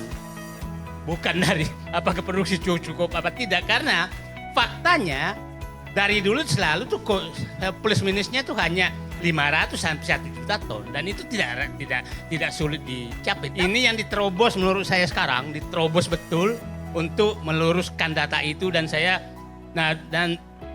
pikir Presiden Prabowo dengan Menteri Pertanian sudah mengambil komando data satu, produksi satu, semua satu. Nah, baru kali ini kita meningkatkan produksi itu. Saya pikir pendekatannya Pak Menteri sudah benar. Adalah merangsang petani untuk berproduksi. Merangsang petani berproduksi hanya 2 kuncinya. Bu Ines dari IRI paham betul.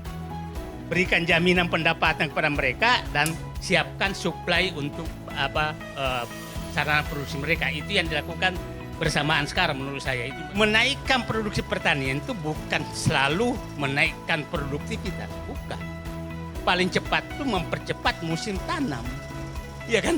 Kalau umpamanya saya majukan tanam saya 30 hari, terus harusnya naik dong 30% karena 3 bulan kan.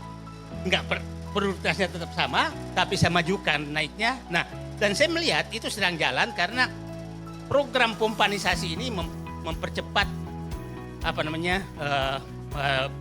program tanam di mana-mana. Pangan selesai, negara aman, Indonesia akan kita bisa sejahtera, petani akan ketawa. Tim redaksi Simpo TV melaporkan. Pemirsa, momen long weekend menjadi waktu yang dimanfaatkan warga untuk berlibur dan melepas penat. Kawasan wisata dunia fantasi atau Dufan menjadi salah satu destinasi favorit yang dipadati pengunjung selama libur panjang.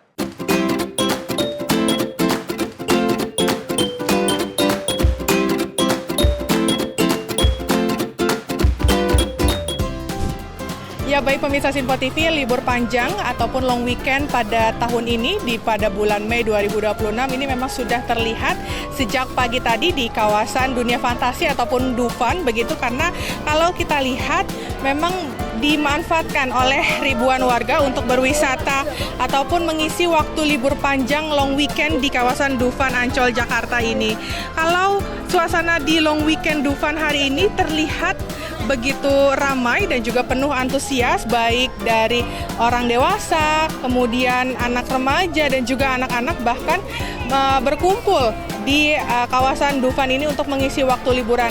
Ini ada juga yang berangkat bersama dengan keluarga, kemudian juga dengan teman-teman dan juga orang-orang terkasih lainnya begitu. Dan kalau ini dapat saya sampaikan kepada pemirsa Sinpo TV, ini adalah salah satu wahana yang memang menjadi favorit dari para pengunjung ataupun masyarakat. Di antaranya ini adalah Ice Egg. Kalau dilihat, terlihat antrian pengunjung ini mengular cukup panjang begitu ya. Karena banyak pengunjung ini rela mengantri untuk bisa menikmati sensasi petualangan bertema film animasi ataupun kartun animasi yang menjadi favorit bagi keluarga dan juga anak-anak. Dan untuk menyambut dari libur panjang tanggal 14 hingga tanggal 17 Mei 2026 ini, Taman Impian Jaya Ancol juga menghadirkan berbagai program menarik lainnya. Salah satunya ini adalah promo tiket masuk untuk dunia fantasi ataupun Dufan. Ini ada promo paket bertiga dengan harga tiket mulai dari Rp170.000 per orang, dari harga normal ini Rp275.000 per orang. Dan tentunya selain itu para pengunjung ini juga tentunya bisa mendapatkan voucher makan senilai Rp20.000. Pemirsa Sinpo TV ini saya akan mengajak pemirsa Sinpo TV untuk melihat langsung dari layar kaca Anda bagaimana situasi suasana di dunia fantasi ataupun Dufan. Yang tadi saya laporkan, saya sampaikan bahwa wahana Ice Egg ini antriannya sangat mengular sekali dan ini bisa dilihat ini sudah mulai masuk ke tempat yang akan dituju begitu. Dan saya juga akan mengajak pemirsa Sinpo TV mungkin ya untuk berbincang langsung dengan salah satu yang mengantri di wahana Ice Egg, yang rela mengantri begitu. Ini bisa dilihat panjang sekali antriannya untuk mengantri, dan memang kita ketahui bahwa film animasi ataupun kartun animasi Ice Egg ini menjadi pilihan favorit bagi keluarga ataupun anak-anak. Dan saya akan mengajak langsung kepada pemirsa Sinpo TV ini berbincang langsung dengan salah satu pengunjung yang mengantri di wahana Ice Egg Jakarta. Halo, selamat siang. Siang, Kak. Siang, Kak. Kenapa sih memilih wahana Ice Egg nih untuk bermain di Dufan nih? Oh, kalau Ice Egg sebenarnya ini ada satu orang, dia udah 3 kali kesini, tapi nggak pernah kesini terus karena ramai banget. Terus akhirnya coba. Nah, kamu sendiri nih ngantri dari jam berapa sih? Kamu tadi di jam berapa ya? Kayaknya ada setengah 12 tadi. Berarti udah ada 1 jam. 1 jam berarti ya. Nah, selain wahana Ice Egg nih, kamu pengen ngerasain wahana apa lagi sih di Dufan ini? Oh ini, tadi tuh habis ini mau rencananya ke Histeria, terus ke roller coaster tuh Halilintar ya? Iya, 2 itu sih. Dua itu berarti wahana yang nantinya bakalan dimainin juga selain wahana Ice Egg ya. Nah, terus aku mau nanya nih, ini kan long weekend ya, kenapa sih kalian ini memilih Dufan sebagai untuk mengisi waktu libur panjang begitu? Apa ya, sebenarnya apa ya kita? Selalu masa kecil. Karena seru aja sih Kak, karena kan ada banyak pilihannya ya, lebih menarik buat ngabisin long weekend di sini dibanding kayak cuma ke mall atau kemana gitu. Pilihan pertama emang Dufan sih. Berarti menjadi salah satu alasan untuk menghilangkan penat begitu ya? Oh iya, betul banget. Oke, terima kasih ya. Iya. Nah, pemirsa, seperti itulah tadi wawancara kami dengan beberapa ataupun salah satu pengunjung yang mengantri salah satu wahana Ice Egg di Dufan. Dan tentunya selain melepas penat, ini juga menjadi destinasi favorit ataupun meluangkan waktu bersama juga dengan keluarga ataupun orang-orang terkasih. Dan nantinya saya juga akan mencoba wahana Ice Egg setelah melaporkan langsung dari Dufan ataupun dunia fantasi dari Ancol, Jakarta. Demikian informasi yang dapat kami sampaikan dari Jakarta. Jihan Nabila dan juga Arsya, Sinpo TV melaporkan.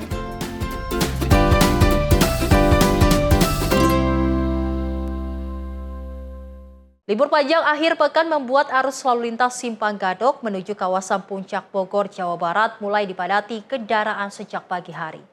Mengantisipasi kepadatan tersebut pun, pihak kepolisian menerjunkan ratusan personil serta memberlakukan skema one way untuk kelancaran kendaraan roda 4 maupun 2.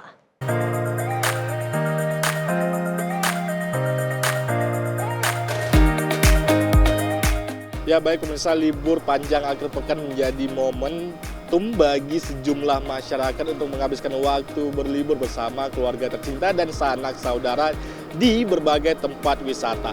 Dan di tempat mana saya melaporkan yaitu merupakan di Simpang Gadok, Bogor, Jawa Barat. Ini memang rute yang memang kerap dipadati oleh sejumlah kendaraan dari arah Jakarta menuju ke Puncak Bogor, Jawa Barat. Dan untuk dari data yang kami temui dari pihak kepolisian bahwasannya mengatakan terdapat 10.000 kendaraan yang sudah memadati Simpang Gadok Bogor Jawa Barat ini sendiri pada pukul pagi jam 7.30 waktu Indonesia Barat. Dan tentunya dari pihak kepolisian juga menerjunkan beberapa sejumlah personel untuknya mengantisipasi ataupun mengurai kepadatan yang terjadi. Dan selain itu juga dari pihak kepolisian juga memberlakukan skema one way ataupun satu arah dari arah Jakarta menuju ke Puncak Bogor, mengingat jumlah kendaraan meningkat untuk per hari ini saja meningkat 18% dari hari biasanya. Dan untuk dari siang menjelang sore hari bisa kita lihat di mana dari pihak kepolisian memberlakukan skema one way yaitu pada pukul 12.30 waktu Indonesia Barat dari Puncak Bogor, Jawa Barat menuju ke arah Jakarta. Ini masih terpantau ramai lancar, sedangkan untuk dari Jakarta menuju ke Bogor ini dialihkan menuju ke gerbang tol Ciawi. Dan berbagai skema juga turut dilakukan dari pihak kepolisian di mana beberapa titik juga diterjunkan yang nantinya dapat mengantisipasi kepadatan yang terjadi selama momen libur panjang kali ini. Dan kalau kita bisa melihat ini juga pada per hari ini merupakan dari memperingati kenaikan Isa Al-Masih, dan pada esok hari yaitu merupakan pada tanggal 15 Mei 2026 ini merupakan libur cuti bersama. Tentunya antusias masyarakat begitu tinggi dan sebagian masyarakat memilih wisata Bogor, Jawa Barat ini masih menjadi destinasi yang kerap dipadati oleh sejumlah masyarakat. Dan selain itu juga di mana untuk dari pihak kepolisian juga mengatakan bahwasannya skema one way nantinya juga turut akan diberlakukan yaitu pada pukul 17.00 waktu Indonesia Barat dari arah Jakarta menuju ke Puncak Bogor. Dan kalau kita bisa melihat juga untuk kendaraan yang melintas ini merupakan kendaraan yang didominasi oleh plat B, artinya dari masyarakat Jakarta baik itu roda 2 ataupun dari kendaraan roda 4. Dan pemirsa juga tentunya polisi juga mengimbau agar sejumlah masyarakat yang melakukan berwisata khususnya yang melintasi dari arah menuju ke Puncak Bogor ini dapat mematuhi aturan lalu lintas demi keselamatan dari para masyarakat ini sendiri untuk menghabiskan waktu berlibur bersama keluarga tercinta. Dari Bogor, Jawa Barat, Farizal Ahmad Amin, Sinpo TV melaporkan.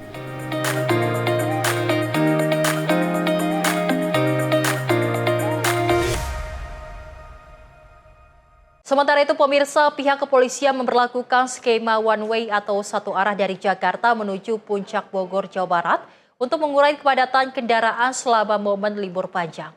Pihak kepolisian memprediksi bahwa terdapat 10.000 kendaraan melintas dari Jakarta menuju Puncak melalui Simpang Gadok, Bogor, Jawa Barat.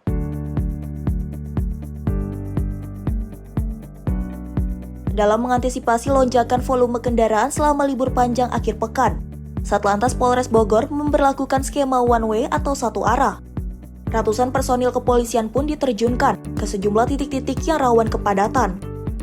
Sistem one way atau satu arah ini diberlakukan mulai pukul 07.30 waktu Indonesia Barat hingga pukul 12.30 waktu Indonesia bagian Barat. Hal tersebut dilakukan untuk mengakomodir bagi wisatawan yang akan turun dari arah Puncak menuju ke Jakarta dan memberikan kesempatan bagi dari Jakarta menuju Puncak Bogor. Untuk saat ini sudah ada 10.000 kendaraan yang melintas dari arah Jakarta melalui gerbang tol Ciawi menuju ke arus wisata Puncak. Dapat kami laporkan juga pada hari ini Satlantas Polres Bogor akan menerapkan sistem rekayasa lalu lintas dengan one way satu arah dari pukul 7.30 tadi, rencananya sampai dengan pukul 12 atau 12.30 menimbang volume kendaraan yang akan turun. Dan selanjutnya one way dari arah Puncak menuju ke Jakarta rencana akan dilaksanakan pada pukul 12 atau 12.30 untuk mengakomodir bagi wisatawan yang akan turun dari jalur Puncak untuk kembali ke Jakarta maupun membuka kesempatan bagi yang dari Cianjur maupun Bandung untuk berwisata di jalur Puncak. Setelah diberlakukan one way satu arah, rencananya akan dinormalkan dua arah lagi sekitar pukul 15 sampai dengan pukul 18, mempertimbangkan dengan volume kendaraan yang melintas. Dari Bogor, Jawa Barat, Farizal Ahmad Amin, Sinpo TV melaporkan. Kita beralih ke informasi lainnya pemirsa, di mana hamparan bunga verbena berwarna ungu yang mekar di wilayah Laibin, Cina Selatan menarik perhatian puluhan wisatawan yang datang untuk menikmati pemandangan alam yang disebut bak lukisan hidup.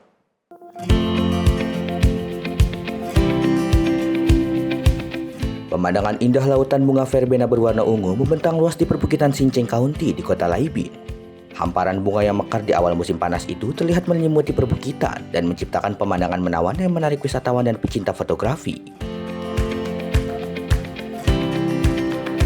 Sejumlah pengunjung terlihat berjalan menyusuri jalur taman, sementara yang lain mengabadikan momen dengan berfoto di tengah lautan bunga. Kawasan yang dikenal dengan nama Lavender Manor atau Sinceng Lavender Park ini menjadi salah satu destinasi favorit saat musim bunga mekar di Guangxi. Pengunjung mengaku terpesona dengan keindahan pemandangan dan menilai tempat tersebut menjadi lokasi yang tepat untuk menikmati alam dan menghabiskan waktu bersama keluarga. Bunga verbena di wilayah ini diketahui tumbuh subur berkat suhu hangat di bulan Mei, dengan musim mekar diperkirakan mencapai puncak pada Juni mendatang. Keindahan lautan bunga ungu di Cina Selatan ini kini menjadi daya tarik wisata musiman sekaligus memberikan suasana alam yang menenangkan bagi para pengunjung. Tim redaksi Sinpo TV melaporkan. Pemirsa, kota-kota pesisir di Argentina diterjang siklon ekstratropis yang memicu gelombang tinggi, hujan lebat, dan angin kencang. Fenomena ini menyebabkan pantai di Queiquén dipenuhi busa laut, sementara otoritas di Mar del Plata menutup sejumlah akses pantai demi keselamatan warga.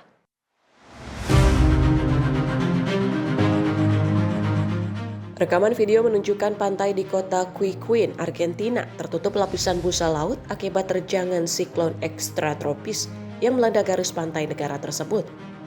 Di kota Mar del Plata, petugas penjaga pantai memasang pembatas keamanan untuk mencegah warga mendekati area pantai yang diterjang gelombang besar. Sejumlah warga menyebut fenomena ini sebagai kejadian langka. Mereka mengaku baru pertama kali melihat air laut mencapai area sedekat itu dengan pemukiman. Badan Meteorologi Nasional Argentina menjelaskan, siklon ekstratropis terbentuk dari pertemuan massa udara dingin, massa udara hangat, dan tekanan udara rendah. Fenomena ini umumnya memicu angin kencang, hujan deras, gelombang tinggi, dan perubahan suhu secara drastis. Otoritas setempat melaporkan badai menyebabkan kerusakan di area pantai, jalan raya, dan fasilitas wisata di Mar del Plata. Direktur Pertahanan Sipil Mar del Plata, Alfredo Rodriguez menyebut, gelombang laut mampu memindahkan batu seberat 80 hingga 100 kg seperti kardus. Kondisi itu membuat otoritas memutuskan menutup akses pejalan kaki dan kendaraan di sepanjang pantai. Meski ada peringatan resmi, fenomena ini tetap menarik perhatian warga dan wisatawan yang datang untuk menyaksikan kondisi laut. Pemerintah nasional dan provinsi telah mengeluarkan status waspada kuning dan orange di wilayah Buenos Aires dan 13 provinsi lainnya. Hingga saat ini otoritas melaporkan evakuasi pencegahan dan kerusakan material di sejumlah daerah, namun belum ada laporan korban jiwa. Tim Redaksi Sinpo TV melaporkan.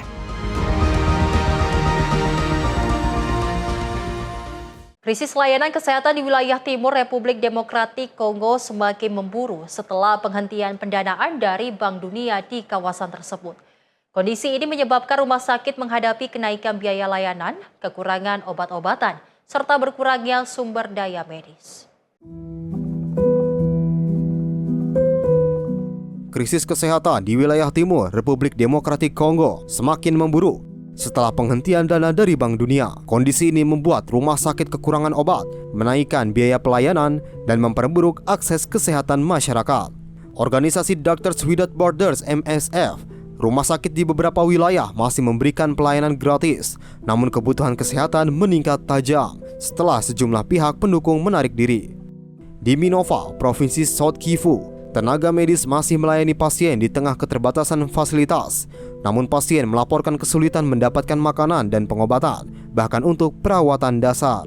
Keterbatasan obat, vaksin, dan suplai gizi terjadi di banyak wilayah South Kivu, termasuk kekosongan vaksin campak meski terjadi wabah. Sebagian rumah sakit kini memberlakukan biaya layanan yang sulit dijangkau oleh warga miskin, termasuk operasi sesar dan perawatan bayi prematur. MSF memperingatkan resiko krisis kesehatan yang lebih parah jika kondisi ini terus berlanjut. Tim Redaksi Sinpo TV melaporkan. Pemirsa, informasi selengkapnya akan kami hadirkan usai jeda. Tetaplah bersama kami di Menyapa Indonesia Pagi.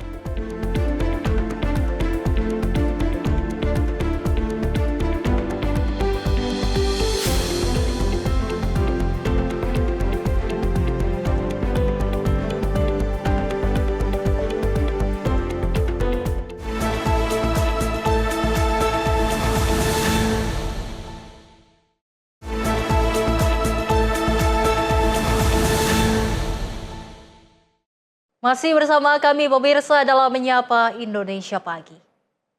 Pemirsa, Presiden Amerika Serikat Donald Trump disambut meriah oleh Presiden China Xi Jinping di Great Hall of the People atau Balai Agung Rakyat di Beijing.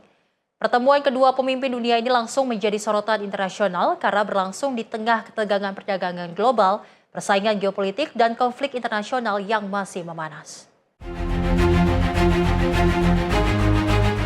Presiden China Xi Jinping dan Presiden Amerika Serikat Donald Trump kembali bertemu dalam kunjungan kenegaraan penting di Beijing, Kamis waktu setempat. Pertemuan kedua pemimpin dunia ini langsung menjadi sorotan internasional karena berlangsung di tengah ketegangan perdagangan global, persaingan geopolitik, dan konflik internasional yang masih memanas. Suasana penyambutan Donald Trump berlangsung megah di Great Hall of the People atau Balai Agung Rakyat di Beijing. Media dari berbagai negara terlihat memenuhi area lokasi. Anak-anak sekolah juga turut bersiap menyambut kedatangan Presiden Amerika Serikat tersebut. Dalam rekaman video yang beredar, Donald Trump dan Xi Jinping terlihat berjalan menyusuri barisan pelajar. Trump tampak beberapa kali bertepuk tangan dan memberikan respon kepada para pelajar yang menyambutnya. Gestur Xi Jinping yang mendampingi langsung Trump sepanjang prosesi penyambutan juga terlihat menonjol. Keduanya berjalan bersama menaiki tangga utama gedung pertemuan. Xi tampak menjelaskan berbagai detail acara sambil mengarahkan perhatian Trump ke atraksi dan simbol-simbol kehormatan sebelum memasuki agenda pertemuan resmi di dalam gedung. Kunjungan Donald Trump ke China berlangsung pada 13 hingga 15 Mei 2026 dan menjadi lawatan kenegaraan kedua ke negara tersebut sejak tahun 2017 saat Trump memimpin periode pertamanya sebagai Presiden Amerika. Sebelumnya, agenda kunjungan ini sempat dijadwalkan pada April, namun ditunda atas permintaan pihak Amerika Serikat akibat meningkatnya ketegangan terkait konflik Iran yang sempat memicu kekhawatiran global. Tim Redaksi Sinpo TV melaporkan.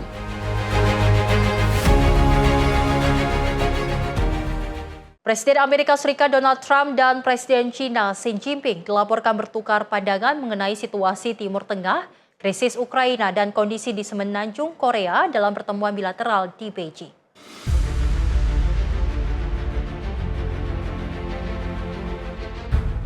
Media resmi Cina Xinhua menyebut pembahasan tersebut menjadi bagian dari dialog kedua pemimpin, meski tidak memberikan rincian lebih lanjut mengenai isi percakapan. Sejumlah isu tersebut selama ini menjadi sumber ketegangan dalam hubungan antara Washington dan Beijing, termasuk perang di Iran, konflik Ukraina, serta hubungan dengan Korea Utara. Dalam pertemuan itu, Trump dan Xi juga disebut sepakat untuk saling mendukung penyelenggaraan forum internasional besar tahun ini. China akan menjadi tuan rumah pertemuan pemimpin ekonomi APEC di Shenzhen dekat Hong Kong. Sementara Amerika Serikat akan menyelenggarakan KTT G20 di Florida. Pertemuan kedua pemimpin dinilai menjadi momen penting untuk menjaga stabilitas hubungan dua negara di tengah memanasnya situasi global. Tim redaksi Sinpo TV melaporkan.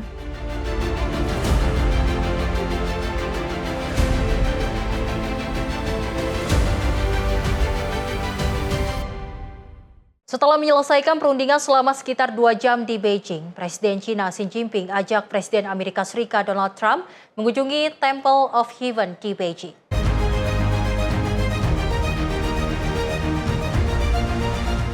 Kedua pemimpin terlihat berjalan bersama dan berbincang dalam suasana yang lebih santai. Setelah rangkaian pembahasan bilateral yang membahas isu strategis antara China dan Amerika Serikat. Dalam rekaman video, Xi terlihat menunjukkan beberapa bagian kawasan bersejarah tersebut kepada Trump sambil sesekali memberikan penjelasan dan isyarat tangan. Momen itu menjadi sorotan karena menampilkan suasana diplomatik yang lebih hangat di tengah pembahasan isu-isu sensitif kedua negara. Sebelumnya, Xi dan Trump melakukan pertemuan tertutup di Great Hall of the People yang membahas berbagai isu, termasuk perdagangan, Taiwan, logam tanah jarang atau rare earths, hingga situasi geopolitik seperti Iran. Kunjungan Trump ke China ini berlangsung pada 13 sampai 15 Mei dan menjadi kunjungan kenegaraan keduanya ke negara tersebut. Menurut laporan sejumlah media internasional, agenda hari kedua akan meliputi sesi foto bersama, jamuan teh, makan siang, serta pembahasan lanjutan terkait perdagangan, Taiwan, dan isu geopolitik lainnya. Setelah itu, Trump dijadwalkan kembali ke Amerika Serikat. Tim redaksi Sinpo TV melaporkan. Sementara itu, pemirsa, Presiden Rusia Vladimir Putin menegaskan Moskow akan terus memperkuat pasukan nuklir strategisnya. Hal itu disampaikan Putin saat menghadiri peringatan 80 tahun Moscow Institute of Thermal Engineering pada Rabu 13 Mei 2026 waktu setempat. Rekaman video menunjukkan Putin menyampaikan pidato serta menyerahkan medali Order for Valiant Labor kepada Wakil Direktur Utama dan Kepala Desainer Yuri Solomonov. Dalam pidatonya di hadapan staf Moscow Institute of Thermal Engineering, Presiden Vladimir Putin menyatakan Rusia akan melanjutkan pengembangan kekuatan nuklir strategis nasional. Putin menegaskan Rusia tengah menciptakan kompleks rudal dengan daya tempur lebih besar yang disebut mampu menembus seluruh sistem pertahanan anti-rudal modern maupun masa depan. Putin mengibaratkan perjalanan Rusia tidak selalu mudah, namun menurutnya seluruh pihak harus mampu melewati tantangan demi mencapai hasil terbaik bagi Rusia. Будем, безусловно, и дальше модернизировать и развивать стратегические ядерные силы, создавать ракетные комплексы, обладающие повышенной боевой мощью, способные преодолевать все современные и будущие системы противоракетной обороны. Отмечу, что вы принимаете самое активное участие в решении этих жизненно важных задач. Разрабатываете сразу несколько перспективных опытно-конструкторских тем. Pernyataan ini disampaikan sehari setelah Putin mengonfirmasi bahwa sistem rudal Sarmat akan mulai dikerahkan pada akhir tahun ini. Putin menyebut Sarmat sebagai sistem rudal terkuat di dunia dengan kekuatan 4 kali lebih besar dibandingkan rudal barat. Rudal tersebut diklaim memiliki jangkauan hingga 35.000 km. Moscow Institute of Thermal Engineering sendiri merupakan lembaga riset dan rekayasa yang berdiri sejak tahun 1946. Lembaga ini dikenal berfokus pada pengembangan rudal dan roket, termasuk sejumlah proyek sipil di Rusia. Tim redaksi Sinpo TV melaporkan. Ada yang menarik pemirsa, di mana seekor kerbau albino berwarna merah muda menjadi perhatian warga di Narayanganj, Bangladesh menjelang perayaan Idul Adha. Kerbau ini dijuluki Donald Trump karena memiliki rambut pirang yang dianggap mirip dengan Presiden Amerika Serikat tersebut.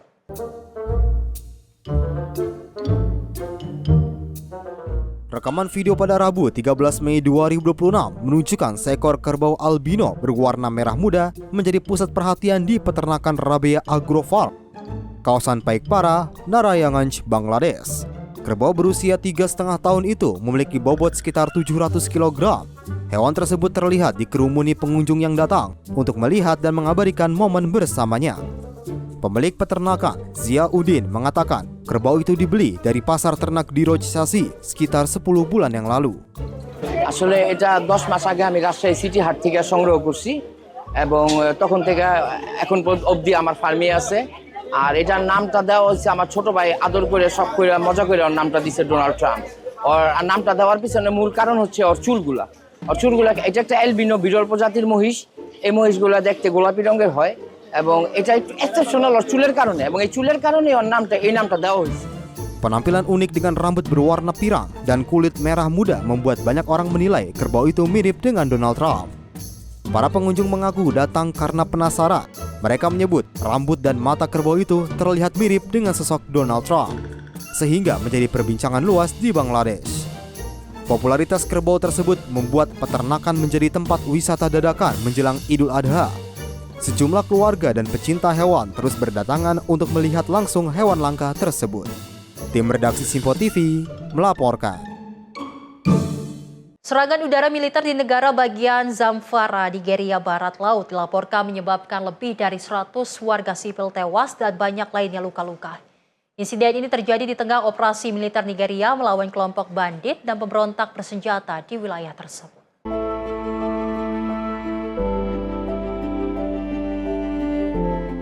Rekaman video yang diambil pada Rabu 13 Mei 2026 menunjukkan para korban luka termasuk anak-anak dan lansia mendapatkan perawatan di sebuah fasilitas kesehatan di negara bagian Niger.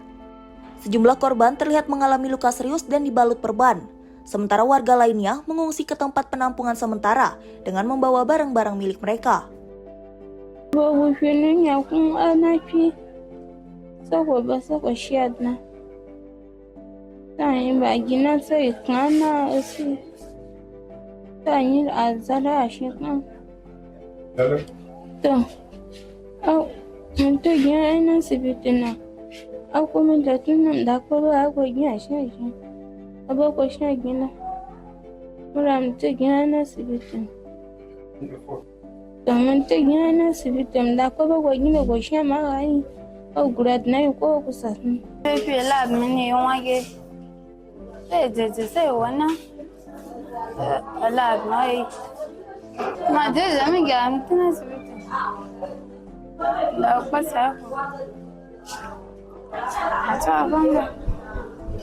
Sementara itu, para pengungsi meminta bantuan pemerintah karena kehilangan tempat tinggal dan tidak dapat kembali bertani untuk memenuhi kebutuhan hidup mereka. Media lokal melaporkan, serangan terjadi saat militer Nigeria melancarkan operasi terhadap kelompok bandit dan jaringan pemberontak bersenjata di wilayah Zamfara. Mayor Jenderal Michael Onoja disebut mengkonfirmasi adanya serangan di Pasar Tumfa. Namun pihak militer menegaskan, operasi dilakukan secara presisi untuk menargetkan elemen teroris yang dituduh melakukan pungli di kawasan pasar. Militer Nigeria juga membantah laporan tentang besarnya jumlah korban sipil dan menyatakan tidak ada bukti valid yang mendukung angka korban seperti disebut kelompok hak asasi manusia. Hingga kini, otoritas masih melakukan pendataan korban tewas, korban luka, serta jumlah warga yang terpaksa mengungsi akibat serangan tersebut. Tim redaksi Simpo TV melaporkan. Pemirsa, seorang pria bersenjata laras panjang melepaskan tembakan secara membabi buta ke arah pengendara di jalan sibuk dekat Boston, Amerika Serikat. Aksi ini pun melukai 2 orang.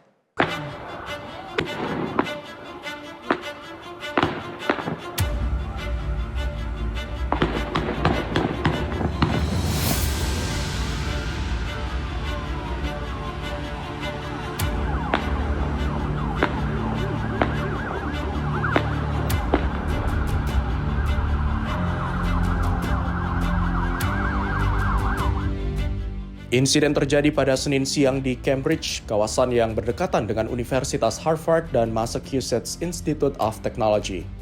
Polisi menyebut pelaku yang diidentifikasi sebagai Tyler Brown berusia 46 tahun menembakkan lebih dari 60 peluru ke arah mobil-mobil yang melintas. Beberapa kendaraan terkena tembakan termasuk satu mobil patroli kepolisian negara bagian. Aksi penembakan berakhir setelah seorang polisi negara bagian dan mantan marinir memberanikan diri mendatangi pelaku dan melepaskan tembakan balas. Pelaku dilaporkan mengalami luka tembak di bagian tangan dan kaki. Otoritas menyatakan tidak ada hubungan antara pelaku dan para korban.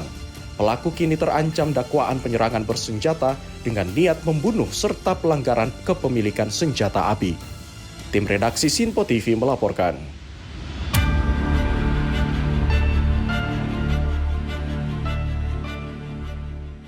Dan informasi tadi pemirsa sebagai penutup jumpa kita kali ini dalam Menyapa Indonesia Pagi.